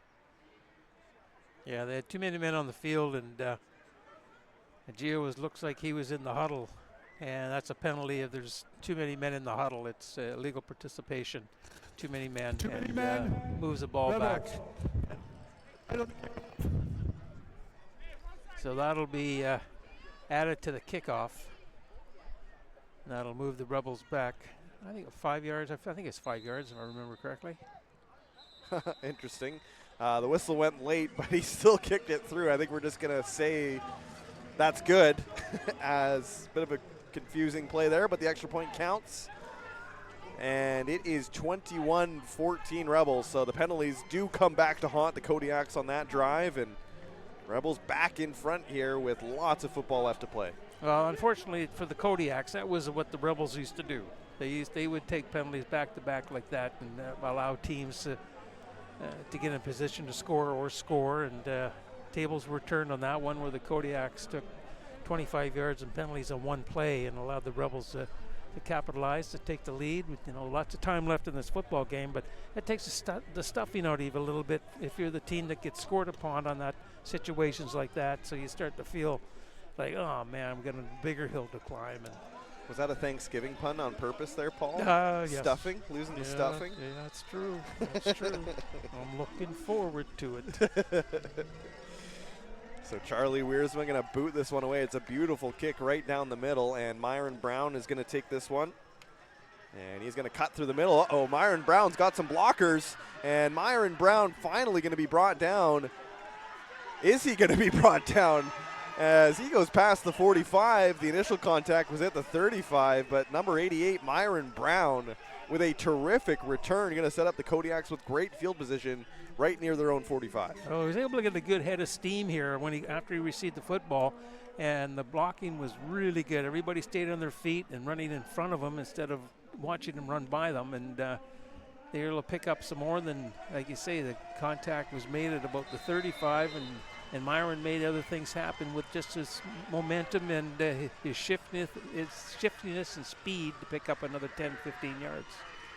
Rebels showing heat here, and they do bring in the blitz as it's a run to the outside, and that one, not a bad run, a gain of about 6 as Jacob Wong into the game here. And that's a good run for his first run of the day. Really quick run. He got off tackle very, very quickly. The hole was there. You can see in the replay. He's just run. Then he gets north and south there, and then the linebackers come up to make the tackle. But he did some things positive there where he put the Kodiaks in a good, like a 2nd and 4, and you got a run or pass play here. You can make, take your pick. And Rebels are thinking that way as well. What are they going to do?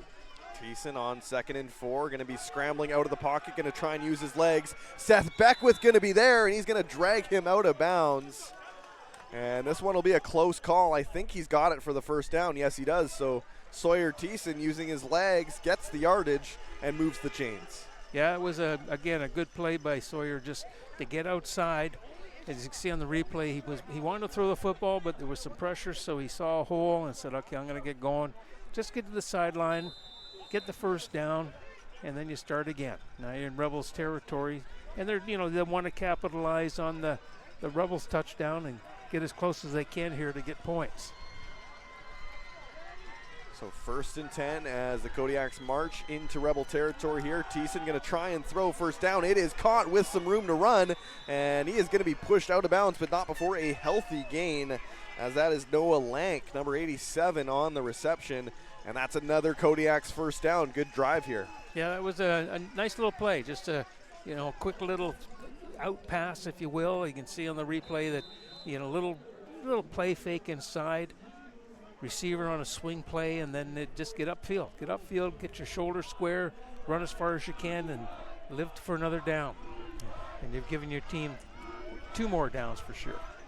Ball at the Rebel 40-yard line, and Thiessen going to hand this one off. It's Wong again, and this time he is swallowed up as that's Manny Fatu making the tackle. It's a limited gain, makes it 2nd and long. Yeah, just again, this is what we can do. They're trying to say, okay, this is what we can do. Try to stop our run. And there's a quick little handoff. Manny comes across. Really nice play. Manny cutting across to make the tackle. But what it says to the Rebels defense is, okay, now they're starting to run the football a little bit. So we got to be aware of that. We just can't tee off and rush Thiessen the rest of this game. So make it 2nd and 8. Thiessen drops the football. It's out, and it is recovered by the Rebels, but there is a flag. Hold on. That might be intentional grounding based on the fact that the ball was behind the line of scrimmage if the officials view it as a forward pass. I think he kind of lost his grip on it. So Will Bromelo comes up with the football. But you're right, it does look like a bit of a throwing motion on the replay. 77, Kodiaks, penalties. They call it a fumble, so they're saying down. Rebels recovered it. Hold it against the Kodiaks, and then they are calling it a fumble. So first turnover of the game. Sawyer Thiessen wants an explanation because he's saying the same thing I'm saying. If we could rack up that replay one more time, it looks like a definite throwing motion by Thiessen before he grounds the football. And if he's behind the line of scrimmage. Yeah, if he's behind, the ball has to make the line of scrimmage. So here's a look again. You be the judge. Yeah, that looked like a forward pass to me, definitely. So Sawyer Thiessen has gotten the rough end of the stick on a couple of these calls today. You had the face mask in the first half that didn't get called, and the Kodiaks got a holding call on the same play, and again, on this one, Kodiaks do get a flag, but it's declined by the Rebels. But I don't know, Paul. I think that might have been intentional grounding maybe, but a fumble, I'm not sure. Yeah, when I first, watching it live, I thought it was an incomplete pass.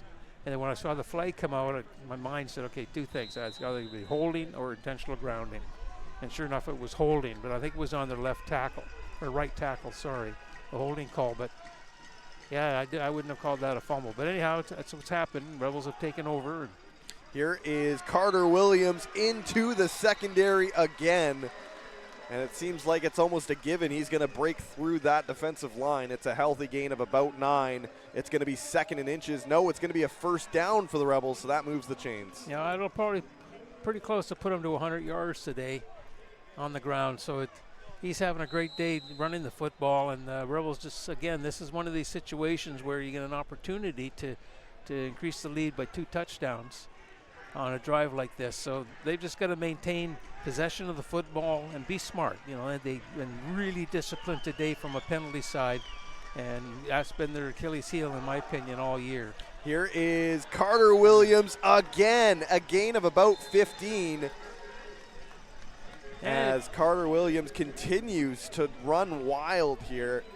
And just to catch you up on our out-of-town scoreboard sponsored by me, the Okanagan Sun are through, so they will host the Cullen Cup. They defeated the VI Raiders 43-12, and if I'm the Okanagan Sun, I'm watching this game, and the amount of room that Carter Williams has been able to make today probably going to put them on their heels a little bit. Oh yeah, anytime a team is having success with something, the opposition has to give it eyeballs at practice, and they have to practice for it.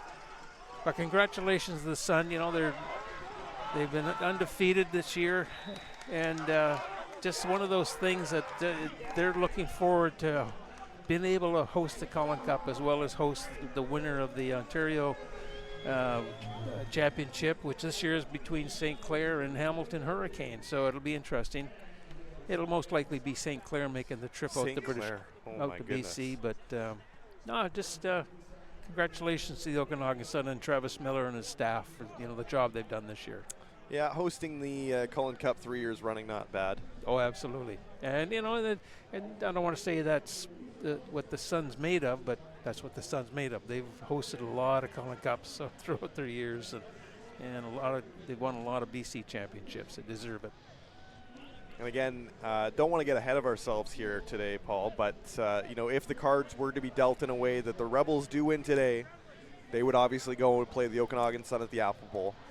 And again, if the Rebels were to win that game, they would be hosting the national semifinal right here at Starlight Stadium in a few weeks. Yes. Yeah, so in 2 weeks. That's a game that for the Rebels faithful, again, it's hard to promote because again we don't know how this is all going to shake out. We still have a football game to be played here today and next week, but potential to see those St. Clair Saints in person. I mean, they've really dominated their conference this year. They really have for the last couple of years, and they're the defending national champs, and I don't want to say they have a bit of an advantage, but being a school, they can attract players that want to go to school, and they just attract athletes. They've got some players that can really play.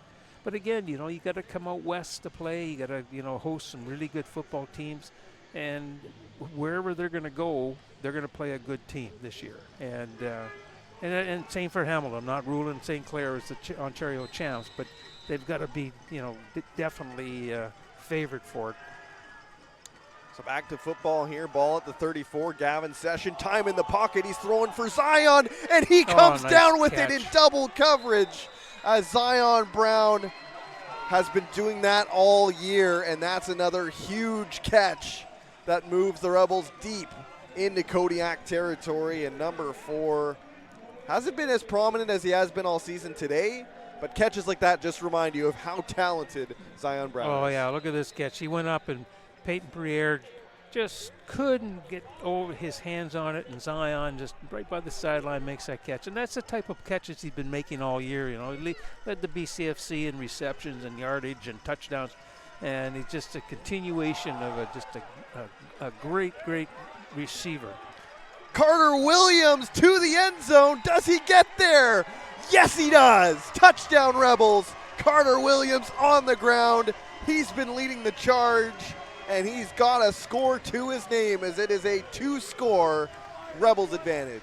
He's definitely over 100 yards rushing now, but again, just speed. Get his shoulders upfield, and then you turn on the speed, get to the the smallest place you can where nobody's going to touch you. He went to the corner of the end zone right by the pylon. Definite touchdown run. It puts the Rebels up, but it's just one of the way the Rebels have put these drives together with promoting the run a bit more than the pass, and the passes have been successful because of the run. Gio Lanucci, that's the second time he's been on the field. Well, he's not supposed to be. So that's going to back up the Rebels another 5 yards. Yeah, again, too many men in the huddle, too many men on the field. So it's one of those things. Gio's just been back. This is his first game back in quite a while, and it's communication between players that who's supposed to be on, who's not supposed to be on. But coaches take charge of those, and they'll get them straightened out. So an extra 5 yard for Charlie Wiersma. Ooh, nearly blocked, but the extra point is good. Make it 28-14 Rebels. And 2-score lead, but lots of football left to be played here. The Kodiaks have shown that they can strike back in a timely manner. So now it's time for Sawyer Thiessen and the Kodiaks to respond here, down 2 scores midway through the third quarter. Yeah, and you go back to the letdown on that double penalty they had on that one play when Gavin was sacked, but and that sort of opened the floodgates a little bit against the Kodiaks. But just you maintain your head. There's, like you say, there's 20 minutes here to play football, and just get back on the field, do what you do what you feel comfortable with, and then keep the pressure up, get in the end zone, and now you got a ball game. So Charlie Wiersma, after successfully kicking the extra point, and he was perfect until the last game of the season, which I know ate him up a little bit. But he's going to kick this ball away, and it is a booming kick down the left sideline, and the Kodiak's going to return this one as it's Andrew Brown slips for a moment, but going to be brought down just by the 35-yard line. As Andrew Brown hasn't had a ton of room to work with on these kick and punt returns today. Still waiting to kind of break loose for one. Yeah, they hemmed them in pretty good. So that's one of the things, obviously, the Rebels worked on, is he's such a dangerous, both him and Myron are just dangerous returners, and you got to make sure that you keep them in your sights when you're running downfield in your coverage lanes. So healthy crowd here at Starlight Stadium today. Again, it was the Rebel Up playoff game, fans wearing red, and we see some black and gold there in the stands as well for those traveling fans all the way from Prince George who made the trek down. Thank you for visiting Langford and supporting junior football. And Sawyer Thiessen going to throw this one towards us, Paul. We might have a chance at that one if it was a few feet higher. But I tried, but that was incomplete. Make it 2nd and 10. And again, if push comes to shove and the Rebels do host a national semifinal, I hope that we can get a healthy crowd out here at Starlight, and hopefully the weather's better than when we hosted the Canadian Bowl, Paul, because that was not a fun day for for anybody who came to the field that day. Other than the Saskatoon Hilltops, who of course walked away with the Canadian Bowl. Yeah, but they found, talking to those guys during the game, they were freezing. And you're coming from Saskatoon and you say you're cold here and it's raining, but it's the wind day. But no, it's the game would be played on the 25th of October at 1 o'clock, and like I say, hopefully weather like this, maybe not as windy, and maybe about 10 degrees warmer. There is a completion there. Ben Matai laying the boom there afterwards, but not before. A nice catch there by Myron Brown. Let's see where this ball is spotted. It is awfully close. Yeah, I think Call it 2nd in inches. I think Coach Borum's going to go for this. Well, they might be calling for a measurement here. And they sure are. They're going to measure this one. So we will wait and see if this is a first down or it's going to be 3rd and short for the Kodiaks, as the sun has come out in full force here just around the clouds right into the faces of the Kodiaks. So that's an extra obstacle to work over. However, I believe the field is mostly dried off from kickoff. Again, we had a couple slips early on in the game, but looks like things have kind of solidified there on the field after being dry for the majority of this game. And here comes the official measurement. Yeah, it looks like it's just shy. Just inches. So decision time here for Jamie Borum and the Kodiaks, and your money's on a go for it, and I'd probably join you in that one, Paul. This state in the game, you got to keep your offense out there and just got to move it a couple feet. Yeah, and it's, you know, just get the first down, then you can call your next play. But this is, I don't want to say it's a real tough decision time, but it's decision time. You got to make things happen and create some offense yourself. And you got to take care of the opportunities and take advantage of those opportunities you're going to be given. And for the Rebels, they haven't allowed them any opportunities. You know, they've got the only turnover of the game, and they've taken advantage of the opportunities they've had with the penalties that the Kodiaks have taken. And this will be one of those things that you get the first down here, and again, you just level up and just keep playing. Just keep playing, keep moving. The Rebels faithful make some noise, looking for a big stand here on third down, but the Kodiaks push it forward, and I believe they got the yard they needed. That's going to reset the downs and move the chains. So gamble pays off here for the Kodiaks. They'll stay on the field. Yeah, and again, it's all you want to get is the first down. Now the clock's going to be working against you a little bit, so you want to try to hurry up, try to make things in the huddle a bit quicker, a bit clearer, so everybody understands the responsibility. And then the ultimate thing is just do your job. You know, you get in your stance and you know what job you have for this particular play call. Just do your job.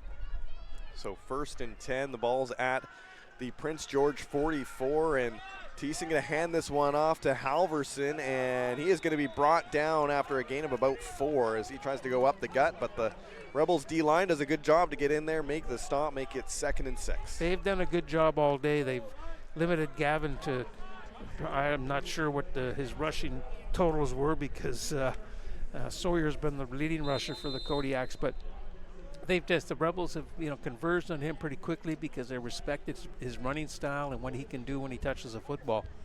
So they, you know, on that play there, they've done a good job. Now it puts the Kodiaks in a 2nd and 6, and they've struggled with that all day. So 2nd and 6 as Thiessen empty backfield. He's going to throw. It's going to be caught. And that one is another close call. As on the reception there, that's Matthew Sturgis. And this one looks like it's going to be just short. So it's gamble time again for the Kodiaks. If they want to go for it, it's about 3rd and I want to call it 1.5. Yeah, well, Matthew he tried to stretch it here, but unfortunately he just stepped out of bounds. And they came up about a yard shy, but Jamie's not going to lay back on this one. You know, they got the first down the last time, and this is a little bit longer, but you turn the ball over here, that could be disastrous. You could see a change of demeanor and what the bench does if they don't get this first down. 3rd and 1.5. The Rebels going to bring the heat. Thiessen going to scramble, and he just gets there, or does he? It looks like he's got it from our vantage point. We'll see where the ball is spotted, but a very close play. Yeah, it is a first down as Thiessen blew a tire when he got the ball and just gets the first down. Yeah, and again, the Rebels, they knew they got to keep an eye on him. You got to spy him a little bit. I don't think they have anybody assigned to him, but you got to keep your eyes on him. And luckily for Sawyer on that one there, he did pick up the first down, but I was kind of confused at the play call. I thought it would have had something working on a definite run to begin with. He tried to set up the pass. The ball exactly at midfield here. 1st and 10. Thiessen going to throw right away. It's going to be caught, and it's none other than Cale Cowley, but he is going to be wrapped up. And no room to move here. It's going to be a minimal gain on first down as Gio Lanuzzi gets involved in the action, make it 2nd and about 7. Yeah, that's one thing the Rebels have done, their defensive backs all day. They've been rallying to the football, and Gio got there pretty quick. As soon as Cale caught the football, he's looking for go inside, and he cut back outside, but Gio was coming downhill, and he said, no, I'm going to limit you to it. It's a short little gain here. So 2nd and 7 for the Kodiaks here as they press on to Rebel territory, and here comes a blitz from the Rebels. Thiessen going to get it away deep downfield, and it is just incomplete as Bronson Pfeiffer was in coverage. Matthew Sturgis, the intended receiver, and that was close to being a huge play for this Kodiaks offense. Instead, it's incomplete, and they're going to be forced to punt this football away. Yeah, that was a really nice pass, but just as he got his hands on it and as he turned around to secure the football, it was just punched out by the defensive back, and it falls incomplete. Now puts the Kodiaks into a 3rd down and 7 yards, and they're going to be punting the football with a minute to go here in the quarter. And they should get a good punt away on this one. Hopefully they get a good punt away. You're going to flip the field as far as you're going to get the wind at your back. So if there comes down late in the game, you might have the wind at your back if you have to try some sort of field goal or something. For this punt, though, the wind will be right at the kicker here. As Cowley gets this one away, it's a high kick, and Tristan Ramos-Aravallo fields it at his own 20, and he is going to be brought down right around the 30, but there is flags flying on the play. Yeah, they could, I'm not sure what they would be calling on that other than a legal block, but it could be no yards as well, because the ball hung up a little bit. The way they're talking, it could also be a legal block. The back official was the first one to make the call. No yards against Kodiaks, so. No yards. 25 Kodiaks. 15-yard penalty, 1st down. We need to get his ref mic for all our home games. That was great. Yeah, that was. I can understand that. Yeah, so there was a no yards, but they picked up more than 15 yards from where the ball was caught.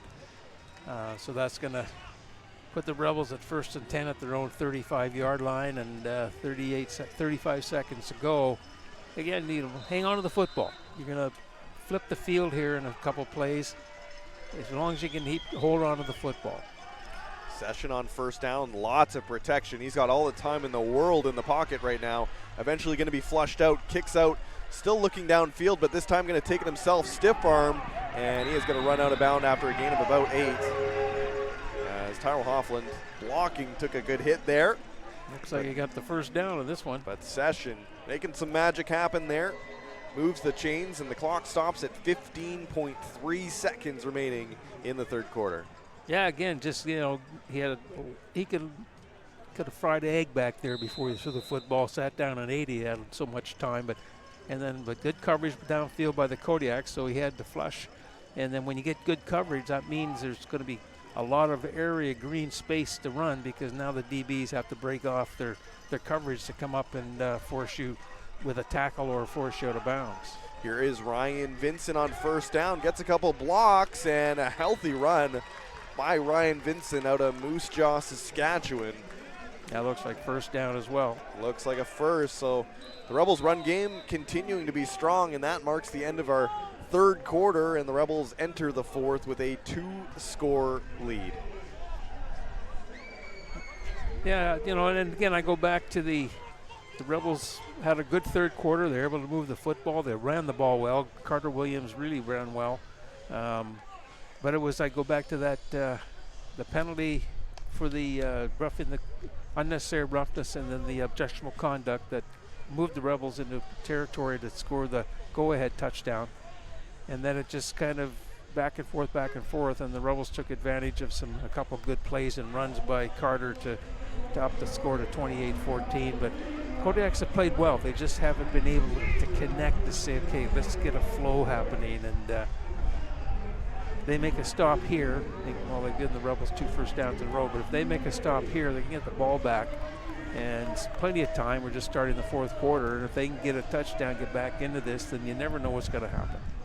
And you can see it on your screen, the sun is out and right behind the end grandstand where the Rebels are looking into. So not only are they dealing with front-facing wind, but they also have the sun right in their eyes as they march down the field now for this 4th quarter. So that could help the Kodiaks a little bit as Carter Williams cuts to the left on 1st down and stays on his feet for a moment, but tackled after a gain of about 6.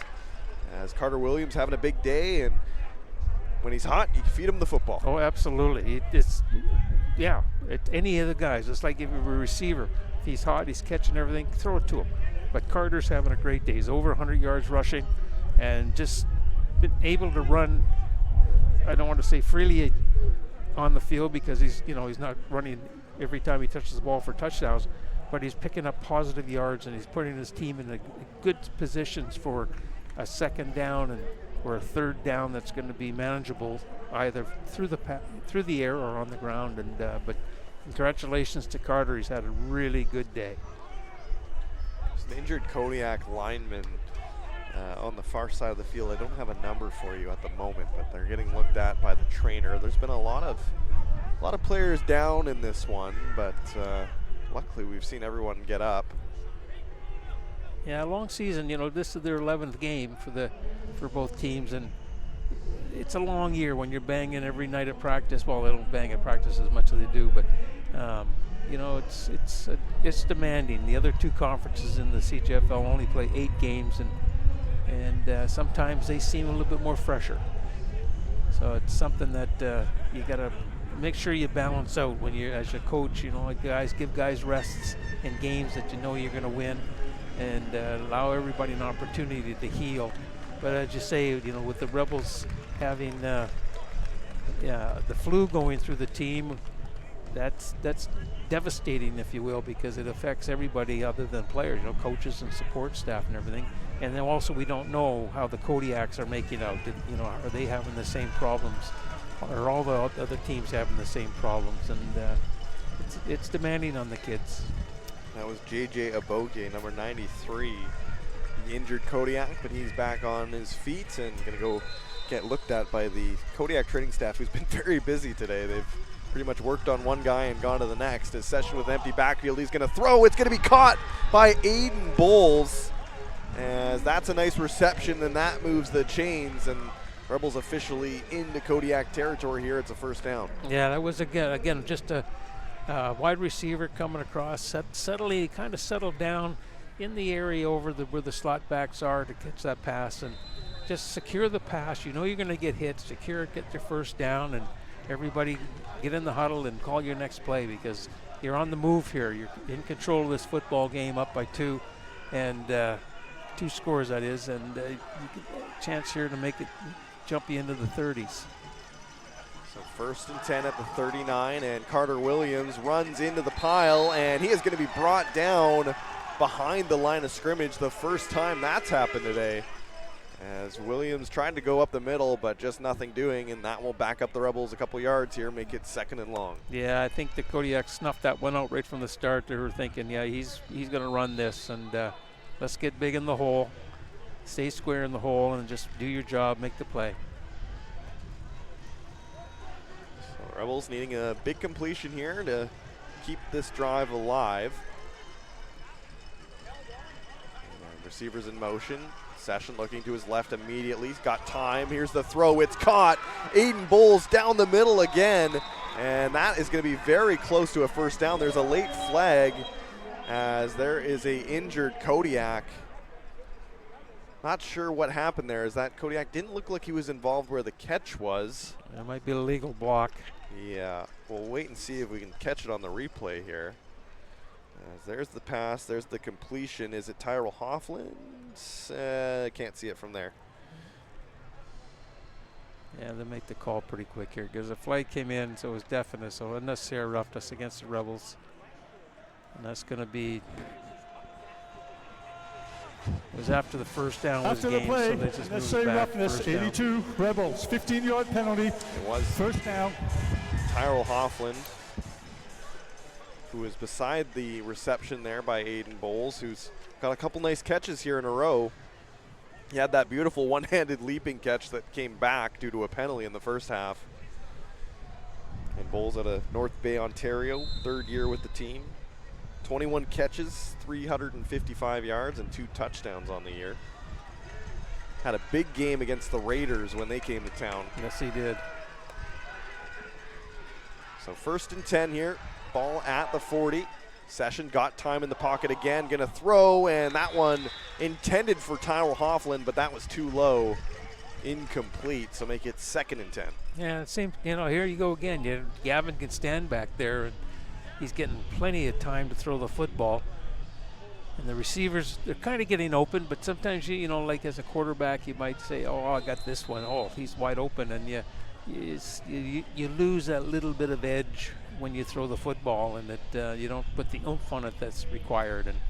And that would look, to me, that's what it looked like in that last one, where he didn't step into it and the ball was a bit low. 2nd and 10 for the Rebels here. Receivers in motion. Session takes the snap. He's got time in the pocket. He throws down the middle and incomplete. Zion Brown looked like he was going to get up for it, but Tristan Ramos-Aravallo was also in the vicinity. I think they got crossed up on that route. And this is going to be a Rebels punt here. First time we've seen that in a while. Yeah, it's been a while. But I think it was just confusion on that one, that Zion didn't go up for it because I think he could feel the defensive back behind him and he didn't want to get smoked.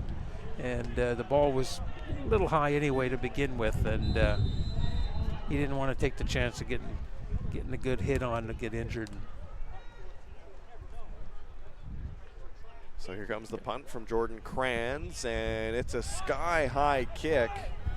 And this is going to force Andrew Brown to the back of the end zone. He is going to pick it up, but he is going to take a knee. So tally a single point there for the Rebels. That will make it 29-14. And hey, that could be an interesting point if we get late into this game. Absolutely. Yeah, I was kind of surprised that he let go of that. But the wind's blowing, so the ball's moving around, and you've got to really make sure you're in position. And if you've got to run on an angle, it's difficult to catch it. So sometimes you just let it bounce, and hopefully it bounces out of bounds. But on that one, it bounced in the end zone, so you give up the single, and now you're down by 15 points. And not a huge thing, because if you do come back and score 2 touchdowns, at some point you'll have to go for 2 points just to tie the game. But the way the Kodiaks are playing right now, they're a little bit in a little bit of a hole. You know, they're not they don't have shovels in their hands yet, but they're trying to climb out of it, but they're having difficulty doing that. Lucas Burgoyne is the injured Kodiak. Looked like he had a cramp, but it looks like he's going to be okay. Coming off from the field in his own power, which is always what we like to see here. And like I said, it's been a rotating crew of Kodiaks on the massage table here throughout the game. The trainers definitely got her steps in today, going on and off the field. That's true. But we're back to football here as Sawyer Thiessen and the Kodiaks offense back out. They haven't had a lot of success in a while here. Again, their last real big drive was that one that ended the first half and tied up this football game.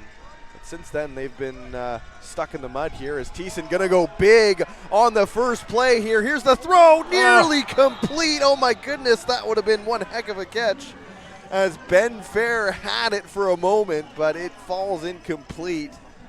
That would have been a TSN highlight if he made that one. That was a tremendous throw, and Ben just couldn't secure it. He just got behind the defensive back, and you can see on the replay, just over his outside shoulder. Perfect. He just couldn't squeeze it. Good job by Bronson Pfeiffer, the DB, to not take a PI penalty there. It's hard to do when you see the ball going over your head and the receiver with a jump step on you.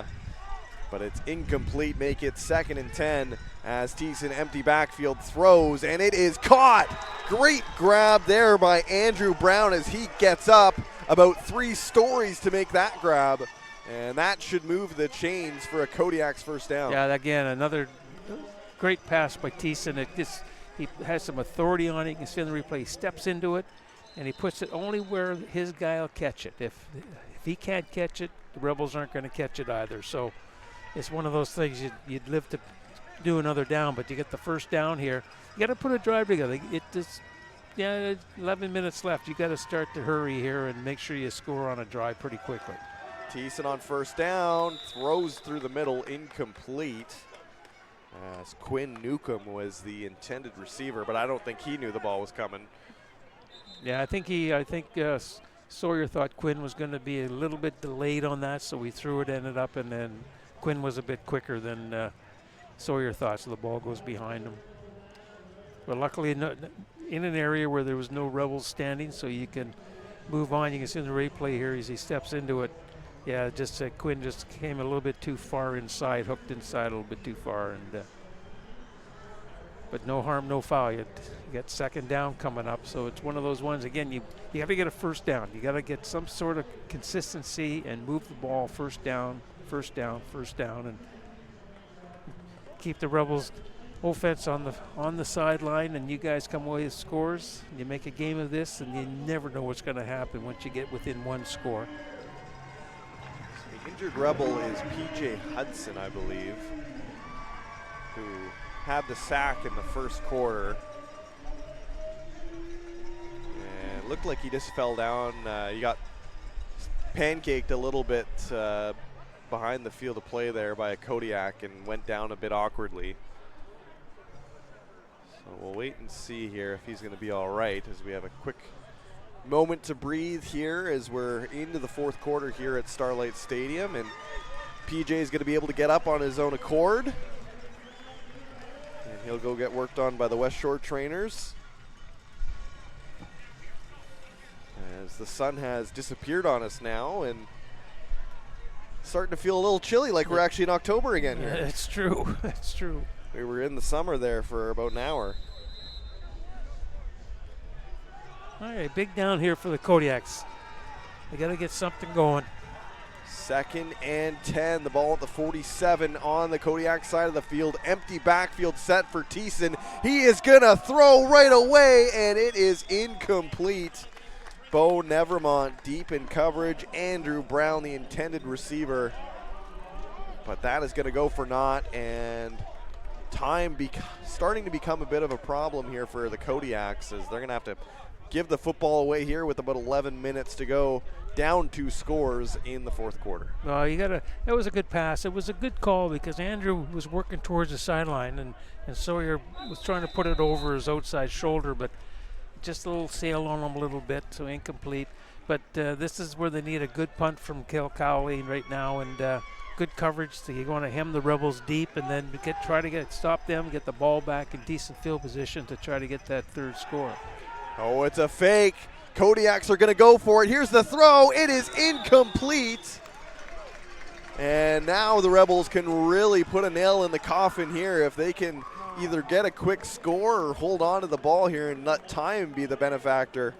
As that's a gamble there by the Kodiaks as Cale Cowley looked to make the completion, much like the Rebels tried to do on third down, but same result, overthrow and a turnover on downs. Yeah, I was surprised at that call. You know, it was 3rd and 10, and you're in position, you could have hem the Rebels deep, and I would question the call based on the fact that you got a right-handed passer, if you will, rolling to his left, and it's very difficult for a right-handed passer going to his left or a left-handed passer going to the right to get the hips around to make an accurate throw. And unfortunately for Cale, it just incomplete, nobody around the ball, and turns it over to the Rebels, and they're in control of this football game now, is working down to 9 minutes, and all the Rebels have to do is just be aware of the penalties and just work the clock and get first downs, and they're moving on to the Cullen Cup Championship. Carter Williams on first down, gain of about 4 as he cut immediately to the outside of the pocket. A little bit of room there as got another Kodiak down. The trainer back out there as it's Lucas Bourgoin who was down earlier, and looks like he's going to have to come out of this game again. Yeah, maybe it was more than a cramp on the last one. I don't know what a cramp feels like anymore because I got no muscles anymore. But yeah, I think at least you're honest. Yeah. Oh, what are you saying? I'm not. I'm with you, Paul. I'm with you. Yeah, I think it might be a knee, or I think it's probably a knee, just tweaked a little bit and trying to get it figured out. It just couldn't go. Hopefully Lucas is okay and able to get back on the field. So 2nd and 6 here for the Rebels. Ball at the 41. Session, receivers in motion, takes the snap, looking immediately to his left. He's going a deep ball for Tyrell Hoffland, and he is just not going to get it. It's incomplete as the safety got over in time. It looked like there was an angle for that to be a completion, but just couldn't hold on. And the Rebels going to have to punt this one away. Oh, yeah, it was a good, again, Gavin threw a nice pass, Hoffman in a nice area. And the safety, I didn't get the number of the safety. Number 6 was there in coverage. 7, Peyton Briere. Peyton Briere came across and knocked the ball out and put the Rebels in a 3rd down. And good play by the defense and nice pass by the quarterback. It's all around good play. Not a result the Rebels wanted, but a great result for the Kodiaks.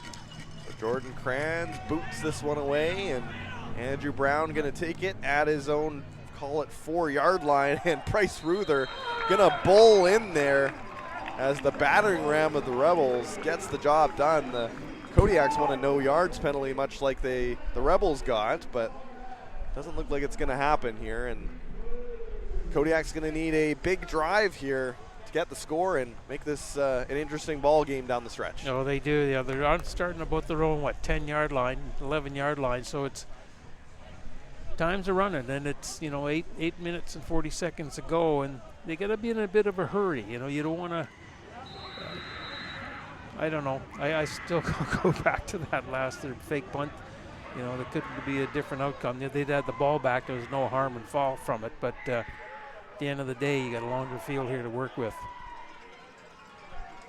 So it is turning into crunch time here for the Kodiaks. 8:27 on the clock. They need 2 scores as Thiessen throws and nearly intercepted as Seth Beckwith was in the area, but instead the Kodiaks escape with just an incompletion. Oh boy, that would have ripped the game wide open. Yeah, it sure would have. And Sawyer he put some heat on this ball, and it looked like it went right through the hands.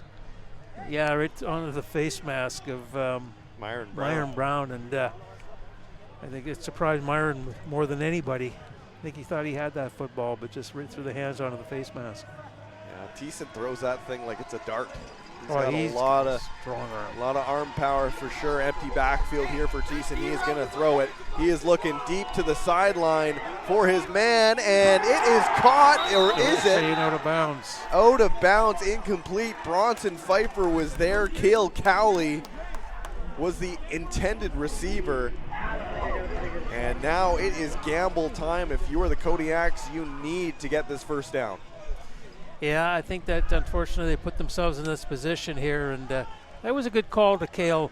He's the guy that's going to make that happen.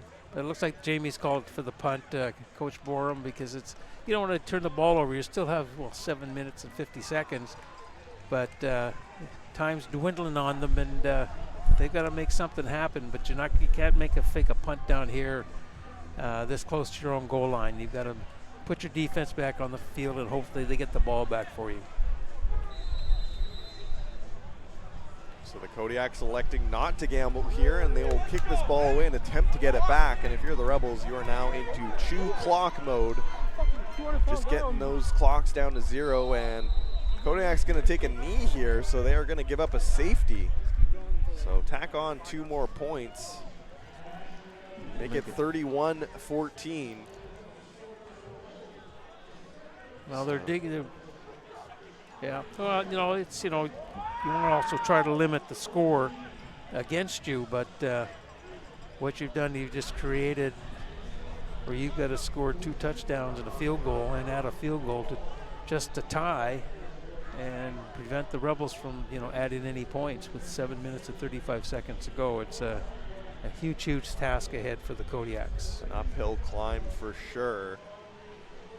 And it starts with a quick stop here. Can't let the Rebels march down the field by any means. As the fans that did make the trek all the way from Prince George making some noise for their Kodiaks. Again, their first playoff appearance in franchise history. They've had a great season, 5-4-1, good for 3rd, as Carter Williams, goes up the middle for a gain of about 6. Make it 2nd down, and this is really a launching point for this Kodiaks program where they can take what they've learned here today, get the experience, and even if they don't come away with a victory here, it sets them up for another run next year where maybe their goal isn't just to make the playoffs, it's to win in the playoffs. Absolutely. And what it also does is it creates a feeling amongst the players that they like being in Prince George. They want to play football for Prince George. Prince George is successful. And just to where when you talk to players from other parts of the country or from around the world, you talk about the Kodiak culture, the Kodiak with the community and the players. Yeah, I want to go play there. So now your recruiting avenues open up wide, and you can attract some good players. But no, this is to the entire Kodiak organization, the players, the fans, everybody up in Prince George who have supported the Kodiaks and sponsors and things. You can be very proud of what this team has accomplished this year, and it's one of those things that, like you say, the launching pad. Now it's going to get bigger and better.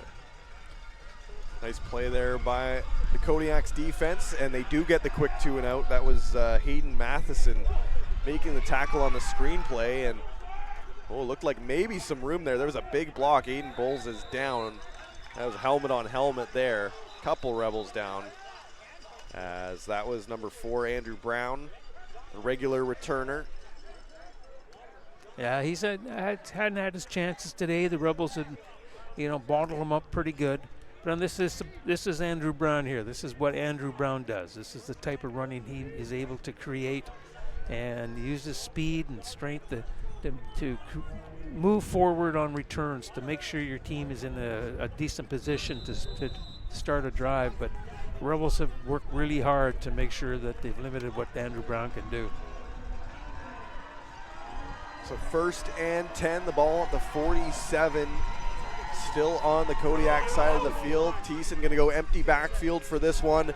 Here comes the pressure. Thiessen stays in, throws, and it is intercepted by Bryce Ruther, one of the veterans of this Rebel team.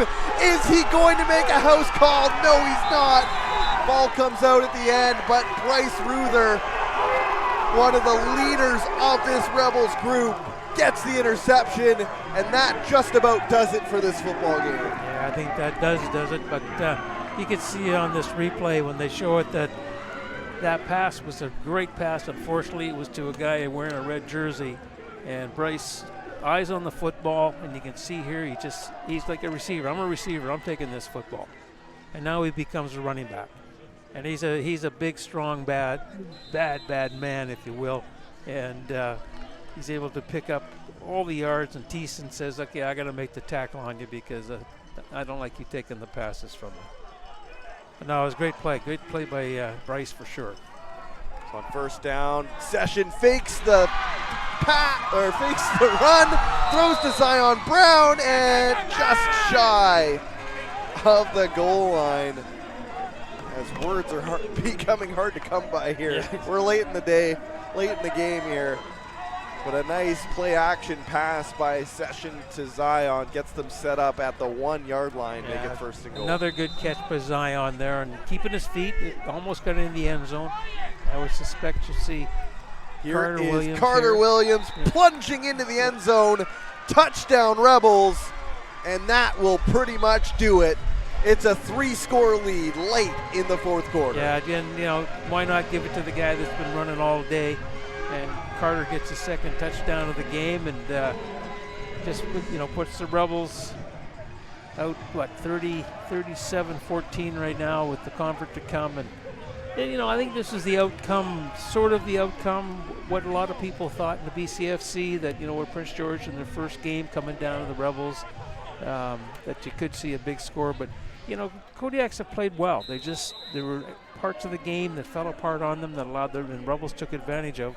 But they can't go home with their heads hanging low because they've played a good, strong football game. And, especially Thiessen, man, I'll tell you, that kid impressed me big time with his arm and with his legs. And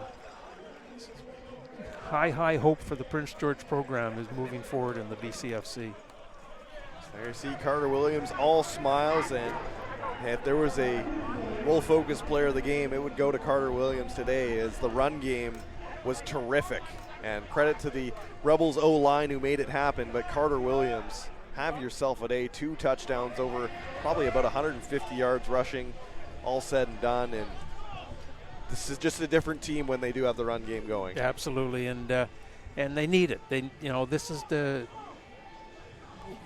missing ingredient, if you will. So next week the Rebels are going to Kelowna for the Cullen Cup Championship, but the Sun haven't seen what the Rebels did today along the ground. They know what Gavin can do with his arm and his legs, but they haven't seen that other guy. And maybe this is where Carter comes out and everybody gets prepared to play and have an opportunity because of Carter's running ability to come home hoisting the Cullen Cup trophy and getting ready to play the champion of Ontario. Miles McPherson makes the tackle on the special teams unit, but there's a late flag. That's probably talking penalty. Looked against the Rebels by my vantage point, but get one more look at Andrew Brown bringing this one out, and the clothesline from Miles McPherson taking 3 Kodiaks with him. After the play, unnecessary roughness, number 5, Revels. 15-yard penalty, first down. The Kodiaks get a bit of life here, 15 yards.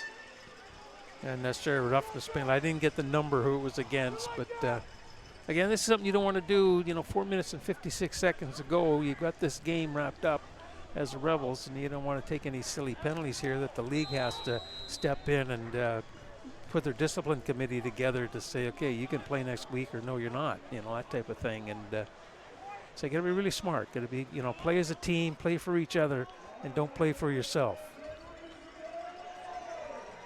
The Kodiaks back out onto the field after the interception turned into a touchdown on the board here, and Thiessen going to need some big plays here. There's a nice catch. Only one guy in the BCFC could have caught that one, and it was none other than Cale Cowley as he got up there. If the other guy got up 3 stories, he got up about 6. That's a first down. He's got great hands, and obviously, as tall as he is, and with his leaping ability, I could see him playing CFL football because he's a good receiver, and he has that added factor of being a pretty good punter as well. So, that might be something that the Lions might look at. 1st and 10 as the Kodiaks are into Rebel territory, empty backfield, and here's a throw by Thiessen, and it's Cowley again, as he has been Thiessen's favorite guy. He's going to go down the sidelines, make a couple men miss. What a touchdown, Cale Cowley. Nice, and don't go home just yet. We still have some football to be played as Cale Cowley makes a couple men miss. And what a play by number 11. It's a Kodiaks touchdown. And the extra point looming. I think they got to go for 2 here. Oh, absolutely. Yeah, that was a great play. You see on the replay, it was a general pass. Cale has to catch it. Cale makes a move, makes another move. Oh, I'm down the sideline. I got one more move to make, and then I'm in the end zone. But that's just a smart heads-up play, eyes upfield, keeping his body moving, and he's got pretty good dance move, too. Hit the whip. Oh. Didn't see the nay-nay, but I'm sure it happened right after. No, that was a really good play. Congratulations to Kyle on that one. That shows his ability that I guarantee the BC Lions will be looking at. Flag right on the start of this play, and Thiessen just going to throw this one down, although perhaps the Kodiaks will get a second chance at this one. I'm not sure. We'll wait and see where the flags go. It might be offside against the Rebels because it came down pretty quick. Yeah, offside Rebels. So another chance here for the Kodiaks. And they'll get a little bit of better field position. It'll be on the 1. So Rebels going to go with a bigger package here, expecting a run.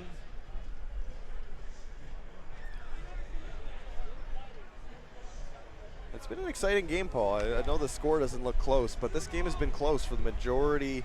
We were tied at halftime, and the Rebels haven't really pulled away up until the last sequence of events with the interception and the touchdown that did make it a 3-score game. Yeah, that's true, and also the game's been full of some really good individual plays, good passing plays, some great catches by both teams, some decent runs, like Carter Williams has had some good squeaky little runs to where he's picked up yards you wouldn't expect him to pick up. And the only, drawback would be that the Kodiaks, other than with Thiessen, really didn't get anything on the ground going great. And but yeah, you gotta put your thumbs up to both teams. They came into this to play, and that's what they've done. 2-point attempt is incomplete over the head of Andrew Brown, so they will settle for 6 on this one. They still got a lot of work to do here as 3:47 on the clock. They're down 18 points. So still need 2 touchdowns with the 2-point conversions and a field goal. So I'm not sure how attainable this is if you're a Kodiaks fan, but it's nice to see that, despite being down 3 scores, the game's out of hand, but you see a play like that and you go, oh, they didn't roll over. Absolutely. And that's a big thing, especially with a young program like this, to show that, it's not over till the lady sings, that analogy. So good to see from the Kodiaks that they're not going to go down without a fight. Oh, absolutely. And then I think also you have to look at the entire like it's a weekend to where it's different because it's playoffs. There's a little bit different meaning to it, but you're also on a long road trip, so everything has to work with, hotels, with the meals. Everything has to just roll together, and Kodiaks have done a great job with that. They've really made things work, and the way they played today has been, what I thought that they're going to come out, they're going to say, we're going to come and play football with you. It's just they ran into that problem early in the third quarter that just kind of took them out of the game, and now they've been, trying to battle back. But they've made plays today that, you got to, shake their hands at to say, yeah, you guys did, congratulations on the year you had. You guys played well, and, it wasn't a rollover. Onside kick attempt by the Kodiaks is thwarted as Tristan Ramos-Arevalo comes down with it, and the Rebels take over near midfield with the clock running, 3:30 remaining in this game, and all that's left to do if you're the Rebels is run the clock here. And it's going to be a screen pass to Zion Brown, and he is going to be brought down in the backfield. Nice tackle there, and the Kodiaks faithful likes it, as that is Hayden Matheson. He had a big play earlier in this quarter, and he makes another one there for a loss of yardage. Don't see Zion Brown tackled behind the line of scrimmage too often. No, that's true, and they've run that play a couple times today, but they've handed the ball to Carter Williams, trying to set that up, hoping for the big play, but Hayden came up off from the defensive backfield, and he made a sure tackle to make sure Zion was on the ground and put the Rebels in a second down and about 14. But you might see the Rebels say, okay, we're out in the last 3 minutes. Let's just get the ball on the ground, run the clock. And they're not going to do that. They're going to throw it to Tristan Ramos-Arevalo. That is complete, and that will move the chains in a big way. And that's what Gavin does. Gavin says, I'm a quarterback. Quarterbacks throw the football, and I want to throw the football, and why not? You're good at it, so you might as well do it. But it's just, again, one of those things that you don't want to get hurt. You got a big game coming up next week in Kelowna. Just want to maintain. Let's go and maintain. Do things, just be smart. Don't take silly penalty. Don't take something that the league has to get involved in, and protect your teammates so they don't get lit up. You don't want anybody getting hurt as well. So we're getting towards the final moments in this game here. And again, if there's a 1% chance that the Kodiaks can get back into this, they need a stop right away. Well, I don't know if it's, that's a long. Maybe 0.5%. Yeah, 0.25 maybe. I don't know. There's no way. That's the thing about sports I love, is there's no script. I know people always say, oh, it's the NFL writers, they write the script, when the storyline ending happens, or the improbable, the 28-3 Tom Brady, Super Bowl comeback. Oh, it was in the script. It was all scripted. But I'm trying to give the Kodiaks a little bit of a rub here and say that they've got a shot here, but we'll see.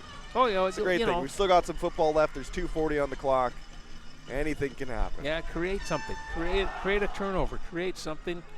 To put the Rebels in a position where they've got to turn the ball over to you, and then you score quickly, and then you get an onside kick, and then you score quickly. Now you're going, oh my gosh, this is a football game.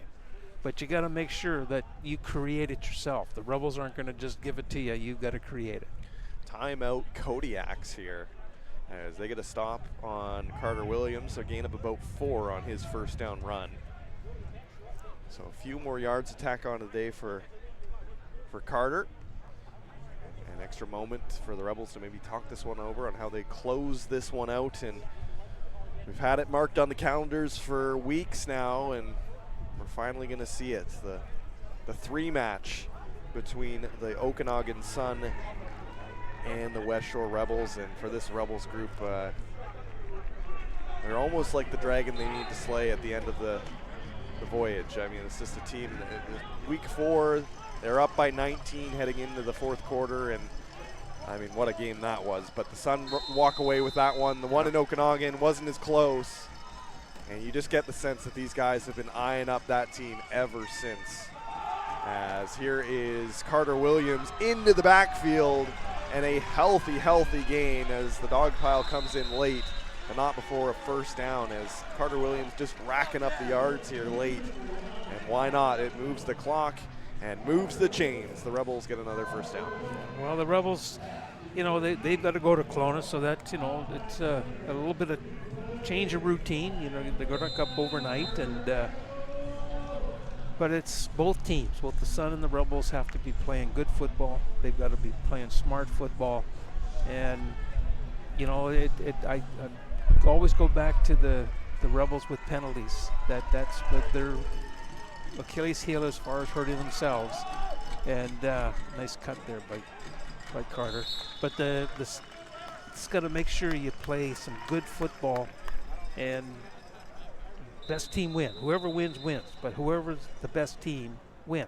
And then you get a chance to win that semifinal and go on to play the winner of the Prairie Football Conference for the national championship. And there's only 3 games left after this one to be that champion.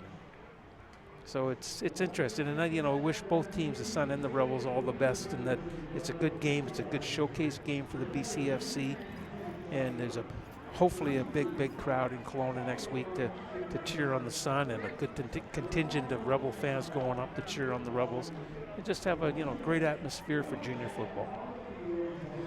So again, we're not sure how this playoff picture is going to pan out, but this could be our last broadcast, Paul, so we better do some shout-outs here while we have the time. I would like to thank Nikki Haysom, who's been our director in the truck for all Rebels games this year. She's been a stud. She's been rock solid in the truck for us, and you know, Morgan Miles, who's my right-hand man at Roll Focus, has been a huge help in getting these shows off the ground. Scott Myler on replay, Paige Hoffman on replay today. She's been stellar. And, you know, I could go through our whole crew list. Chris Wilson, Derek Munch, Joseph Rogaszewski.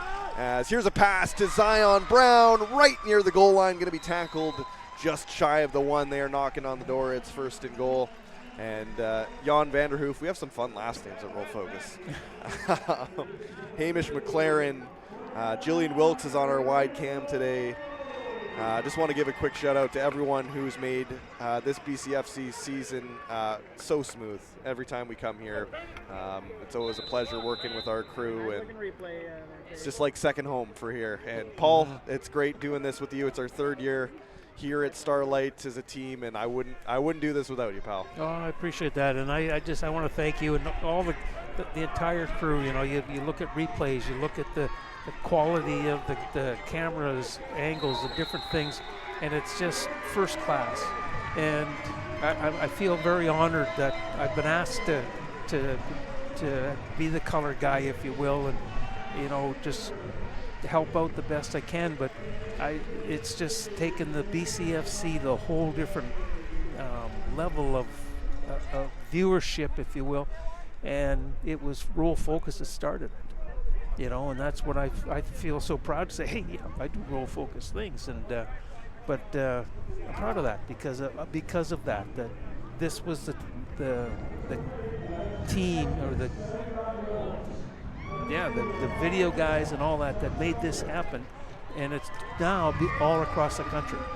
So every team's doing it, and it was Roll Focus that started this whole thing out, and even going back to Mike on that, but. No, I feel honored, and I enjoy working with you. I feel intimidated sometimes, you know, because I'm just a normal guy just trying to talk about football. You're more than that, Paul. Don't cut yourself short. Extra point is up and good. Carter Williams has his 3rd touchdown. That's a hat trick. And that makes it 3 on the day, and it is a 45-20 Rebels lead here with a minute and a half to go. Again, we hope we see you all in about 2 weeks' time for the National CJFL semifinal, but we'll have to wait and see how it shakes out up at the Apple Bowl between the 2 powerhouses in the BCFC, meeting for a 3rd time this season. Yeah, and I think is it the 4th Cullen Cup they're playing against each other, 4th in a row? 3rd in a row. 2022 would have been Langley, I believe. Langley and Okanagan. Oh, okay, you're right. Because Langley went all the way. Right. So 2023, we played it here. Yes. And the Rebels won and went on to that very rainy, wet, cold Canadian Bowl against the Hilltops. 2024, I don't think a lot of people had the Rebels going to the Cullen Cup game. They finished 5-5, and they beat the Rams on the road to then go and play the Sun at the Apple Bowl, and the Sun obviously took that one. So this is going to be the third time in a row that we're going to have the Rebels and the Sun play for the Cullen Cup, as that is Myron Brown of the Kodiaks on the return. Gets a good one up to near the 50. Yeah. And there's some talking now. Yeah, a little bit of the frustration of a long game and talking during the game, and just how you have a chance now to just tell a guy to knock it off. No, it'll be interesting because it's always been difficult to beat a team 3 times when you play them in the season, in football especially. And so it'll be, like I said, the Sun will be prepared. They've got a really good football team, and we know the Rebels will be prepared. It's just who plays the smartest game and who plays the game as a team.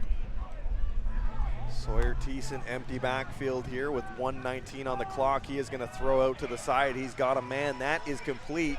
And with some extra yards to go, as that's Braden Van Someren being knocked out of bounds right near the first down marker. Looks like they're going to not give it to him. 2nd and short, call it 2nd and 1 there on the reception.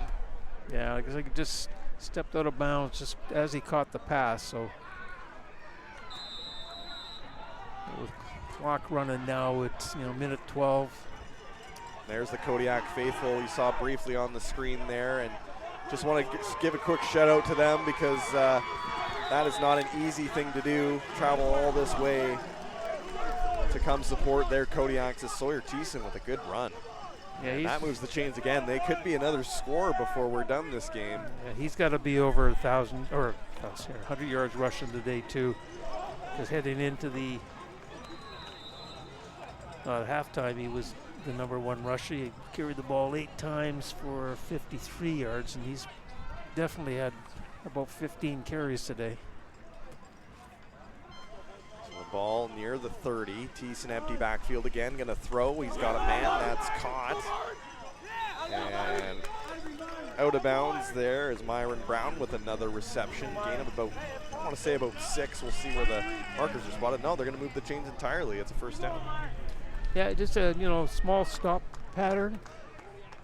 Catch the ball, turn your shoulders, run, get what you can get, and picked up about 12 yards to get the first down. But yeah, just allowing the Kodiaks to say, let's go play, let's still play. The game's 60 minutes long. Keep playing hard, and what happens happens. We're not going to win this football game, but let's get in the end zone, make that a goal. Yeah, red zone opportunity here. Thiessen looking end zone right away, and he is going to throw down to Myron Brown, who's going to be tackled by Cameron Cone. But it's still going to be a sizable gain. Call it a gain of 8, 2nd and 2 here. Yeah, again, just a quick little stop pattern. Get the ball in his hands, let him do what he can do with his legs, and then you move on. Clock runs. Thiessen takes the snap, looking end zone. Here comes the pressure. Rolls out, throws downfield, got a man, and it is caught for a touchdown. As the Kodiaks, with a nice drive here, put 6 on the board. As Matthew Sturgis in coverage makes the grab, and that's a good way to end the season. Oh, absolutely. And Sturgis made a nice play there because Sawyer got flushed out of the pocket, and he put it up, laid it up, and Sturgis was able to jump up, get his hands on it, and you can see on the replay here, Sawyer just is releasing, and Sturgis made a nice play jumping up to catch that for the score and go for 2 points here and make it a little bit closer. Thiessen, empty backfield. Here comes the pressure. He gets rid of it. He's got a man. It's caught for the 2-point convert as Andrew Brown comes down with it. So tack 2 more on the board. It's 45-28 with 43.5 left on the clock, and all that's left to do now is run the clock and go home. Yeah, and then start thinking about your next task, which we're brown and orange and are defending BCFC champions. No, it's good. Again, congratulations to both teams today. They It wasn't a game that you could say, got ugly or anything like that. It was just a good junior football game, and both teams played hard. And like I said, I was really impressed with some of the individual play, the receptions and some defensive plays that both sides have made. It's just shows the quality of player we've got in the BCFC, and it's just going to get better. It's just going to get better. So Brady Harper going to kick this one away. Going to go for an onside here, if I had to guess. Nope, that's offside. You can't do that. No. As Aiden Bowles going to go out of bounds near the 50. I'm assuming the Rebels will just decline this one. Yeah, the Kodiak, saw one of the guys far at the other end was way offside, and just a bit with Brady trying to, mix up the Rebels on where that ball is going to be kicked, and also messes up with some of the kids their timing to go down and cover, but they'll decline that, and the Rebels will take possession. I would suspect you'll see Gavin on the sideline for these last 43 seconds. And Zachary Wetch. Zach will go in. Backup crew here for the last 40 seconds. Victory formation, I'm assuming, or a couple quick runs up the middle should do it. Yeah, I would think that just handing off to Ryan most likely. I would think Carter's on the sideline now, so see Ryan Vincent in the backfield.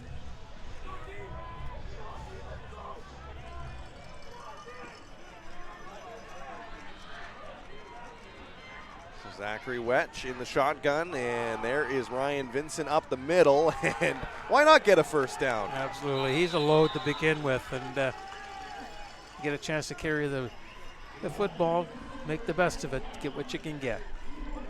So that moves the chains. That's a nice healthy run up the middle for the veteran graduating player Ryan Vincent. Yeah, he's had a good junior career. Now, maybe he'll jump into coaching or something, because he's an intelligent football player, that's for sure. And he's played both sides of the football, so he understands the game quite well. Nowhere to go for Vincent on that one. It's going to be a loss of yardage, and we're counting down the seconds here. It's 18 seconds to go here in this BCFC Cullen Cup semi-final matchup. And there's the clock running. The Rebels will take their time here and consider it a ticket punched to Kelowna for the Westshore Rebels, who come away with a 45-28 victory and will get their shot to slay the dragon in Okanagan next week. Yeah, and congratulations to the Rebels. It's one of those years, a new coaching staff, new quarterback, a lot of new players, and they've accomplished the goal. Get to the Cullen Cup game, and we'll see what happens from that point on. And to Connor Bryant and his staff, they can hold their heads high and pat themselves on the back, say, okay, first step is done. Now we got another step to go. And the Kodiaks, again, like I said, they can be very proud of what they've accomplished this year, making the playoffs, a winning record for the first time in club history, and just prepared very, very well as an organization for this game today. It just wasn't enough. Yeah, congratulations to the Kodiaks on a historic season for their program. They punched their ticket to the playoffs for the first time in program history. They made some noise, they had some chances, but unfortunately experience reigned supreme as Westshore Rebels off to their third straight Cullen Cup game with a 45-28 win. Paul, any final thoughts before we wrap up? Well, I just wish the Rebels all the best next week in Kelowna. We know it's going to be one heck of a Cullen Cup game. And again, the Kodiaks, safe trip home. It's a long journey now. Unless they get changed and get on the bus for the trip back. I think they're going through Nanaimo because they stayed in Ladysmith. So they've got a long trek to get back, and they'll get back in wee hours of Sunday morning or Sunday afternoon or whatever. And I thought it was a good season. Right from the beginning, it was good competition throughout the entire league, and I think the best teams that were supposed to win did win, and that the teams that were in the playoffs were supposed to be in the playoffs. So It's down to 2 teams in BC. There's 2 teams playing in next week in Ontario. The Prairies next week, tomorrow, finish their season because they've got the bye for Canadian Bowl, so they get the extra weekend. But it's going to be interesting. We're down to 4 teams. Well, yeah, 8 teams playing football this weekend, and next weekend it's going to be whittled down to 6. So it's going to be very, very interesting. We'll keep tabs on how it all shakes out. If this is our final broadcast from Starlight Stadium, we'd like to thank everyone who's tuned in all season, the mums, the dads, the families, the football enthusiasts. Thank you for tuning in.